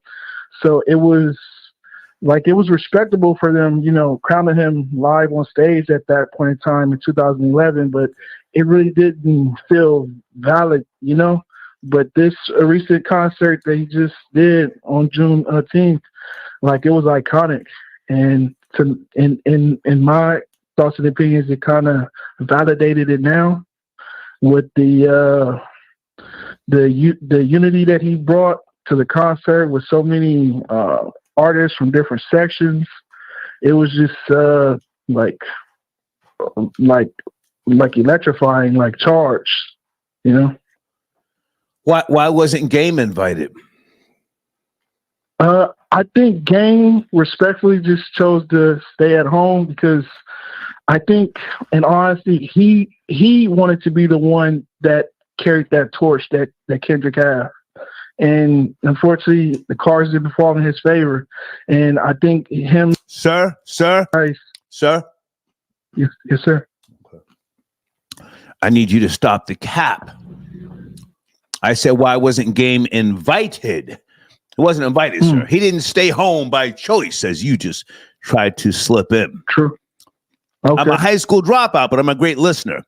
Why wasn't Game? Right. Why wasn't Game invited? Because he chose a side, which is the Canadian. I don't know. You tell me. Yeah, I think he wasn't invited because he is unpredictable, and he kind of shot himself in the foot on a lot of recent or previous comments that he made regarding Dre and other, artists in the West. How old are you, sir? So I think. How old are you? I'm 37. 37. Is Game a old hating ass fuck nigga? See, a lot of them old niggas is haters. Yes. Haters. Yes, he is. Yes, he is. A lot of them old niggas didn't save their money. A lot of them old niggas is married to bitches who wear size 24 dresses. Double chins, 3 stomachs, pack of Franks on the back of the neck, and hammer feet. That's a fact. Mad at the world. They see a young nigga coming up, getting it, styling and profiling, shining, and they get to hating. Yep. Yeah. I agree with you on that. And I think niggas still paying mortgages. You got a mortgage, sir? Yeah. No. Even if you did, it wouldn't be a bad thing. You're 30 what? How old are you again? 37. 37. I don't have a mortgage, sir. I don't have a mortgage. Well, Game still paying 2 mortgages. Did you see the nigga on the gram? Not on the LA Confidential Instagram page, the hater misses nothing. He was on the other IG page talking about he's still paying his mortgage and his mama's mortgage. Why does your mama have a mortgage, nigga? Yeah. Why? You make a talking about I take care of these kids. Nigga, take care of your mama. Why does mama have a mortgage? Why isn't the fucking house paid for, nigga? Come on, man, talk to me. Yeah. He got ahead of himself, wanting to be the one. He's broke. The hating ass nigga. He's broke. Yeah. He's broke. Yeah, he's broke. He's broke. Yeah. Fuck all these bitches and fuck these kids. I gotta pay my mother's mortgage, so she won't have a mortgage. So she won't ever have to worry about a lawsuit or something happening to the house. Fuck these bitches and fuck these niggas. His mother's got a mortgage. Did you listen to what the fuck he said on that? I watched him. I played the shit back twice, my nigga. His mother's got a mortgage. He's broke. Old hating ass nigga. Come on, man. Yeah. And he slid in that his next album is coming out. So that's the documentary 3. We don't give a fuck. We don't give a fuck. That's right. We don't give a fuck. We don't. Yeah. But back in 2011, they did. No, sir. Let's stay on the mortgage. Mama's got a mortgage. Okay, stay on the mortgage. Yeah. Somebody tell Curtis Jackson, Jason Taylor still paying his mother's mortgage. We going there tonight, nigga. We going there tonight. Mama got a mortgage. Oh my God. He messed up the money, but like it happens to the best of us. Didn't happen to me.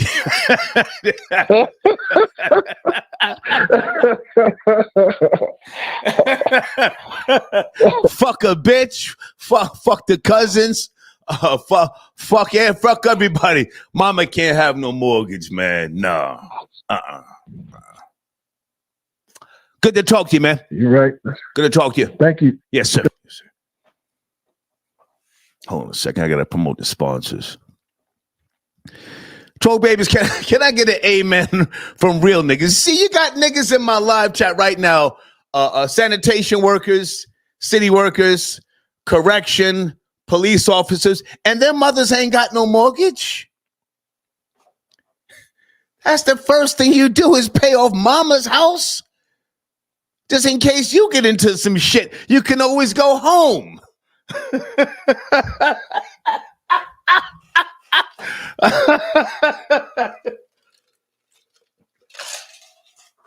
The nigga said, yo, I'm good. I take care of my kids, pay my mortgage, my mother's mortgage. Why do you have a mortgage? You goofy nigga. The nigga said, I got a house in. Hold on a second. I was on my California road trip.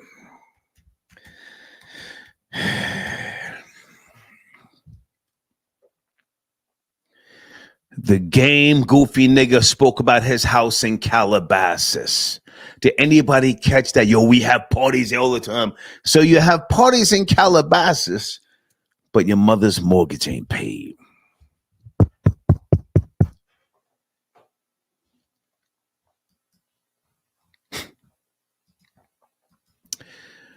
Broderick, I got your donation. Are you on the line, sir? Hold on a second. Where's Broderick? Okay, I don't see you, sir, but thank you so much. Did I pick up and take your call? What time did that come in? I see 7. I don't see your call there. Hold on a second. Newark, New Jersey, can you hold on a second? Are you my next caller? Sit tight, please.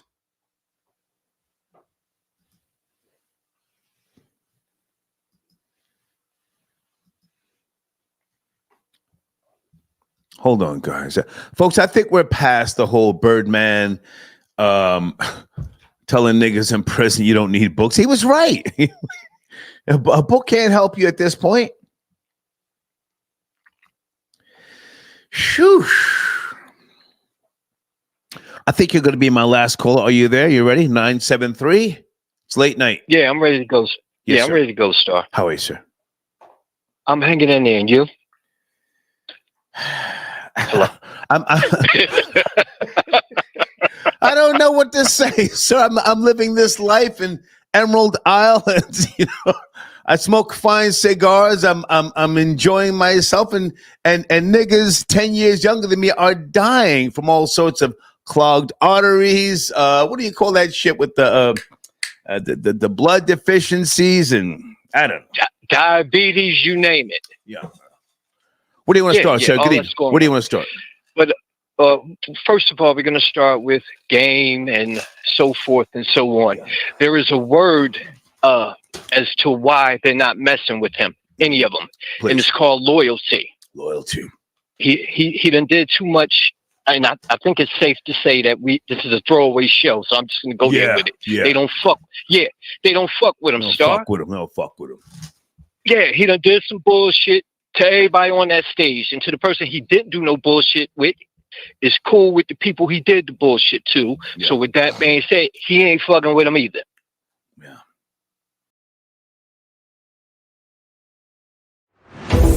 I just need a reason. I just need to know what's on your mind. Tell me what you're needing. You can call my name, I'll be around. Dum da da, dum dum da da, dum da da, dum dum da da, dum dum. The sky is falling. Dum dum da da, dum dum da da, dum da da, dum dum da da. That will keep you safe and sound. Dum da da, dum dum da da, dum da da, dum dum da da, dum dum. The sky is falling. Dum dum da da, dum dum da da, dum da da. That will keep you safe and sound. Dum da da, dum dum da da, dum da da, dum da da, dum dum. The sky is falling. Dum dum da da, dum dum da da, dum da da, dum da da. That will keep you safe and sound. I just need a reason. I just need to know what's on your mind. Tell me what you're needing. You can call my name, I'll be around. Dum dum da da, dum da da, dum da da, dum dum. The sky is falling. Dum dum da da, dum da da, dum da da. That will keep you safe and sound. Dum da da, dum da da, dum da da, dum da da, dum dum. The sky is falling. Dum dum da da.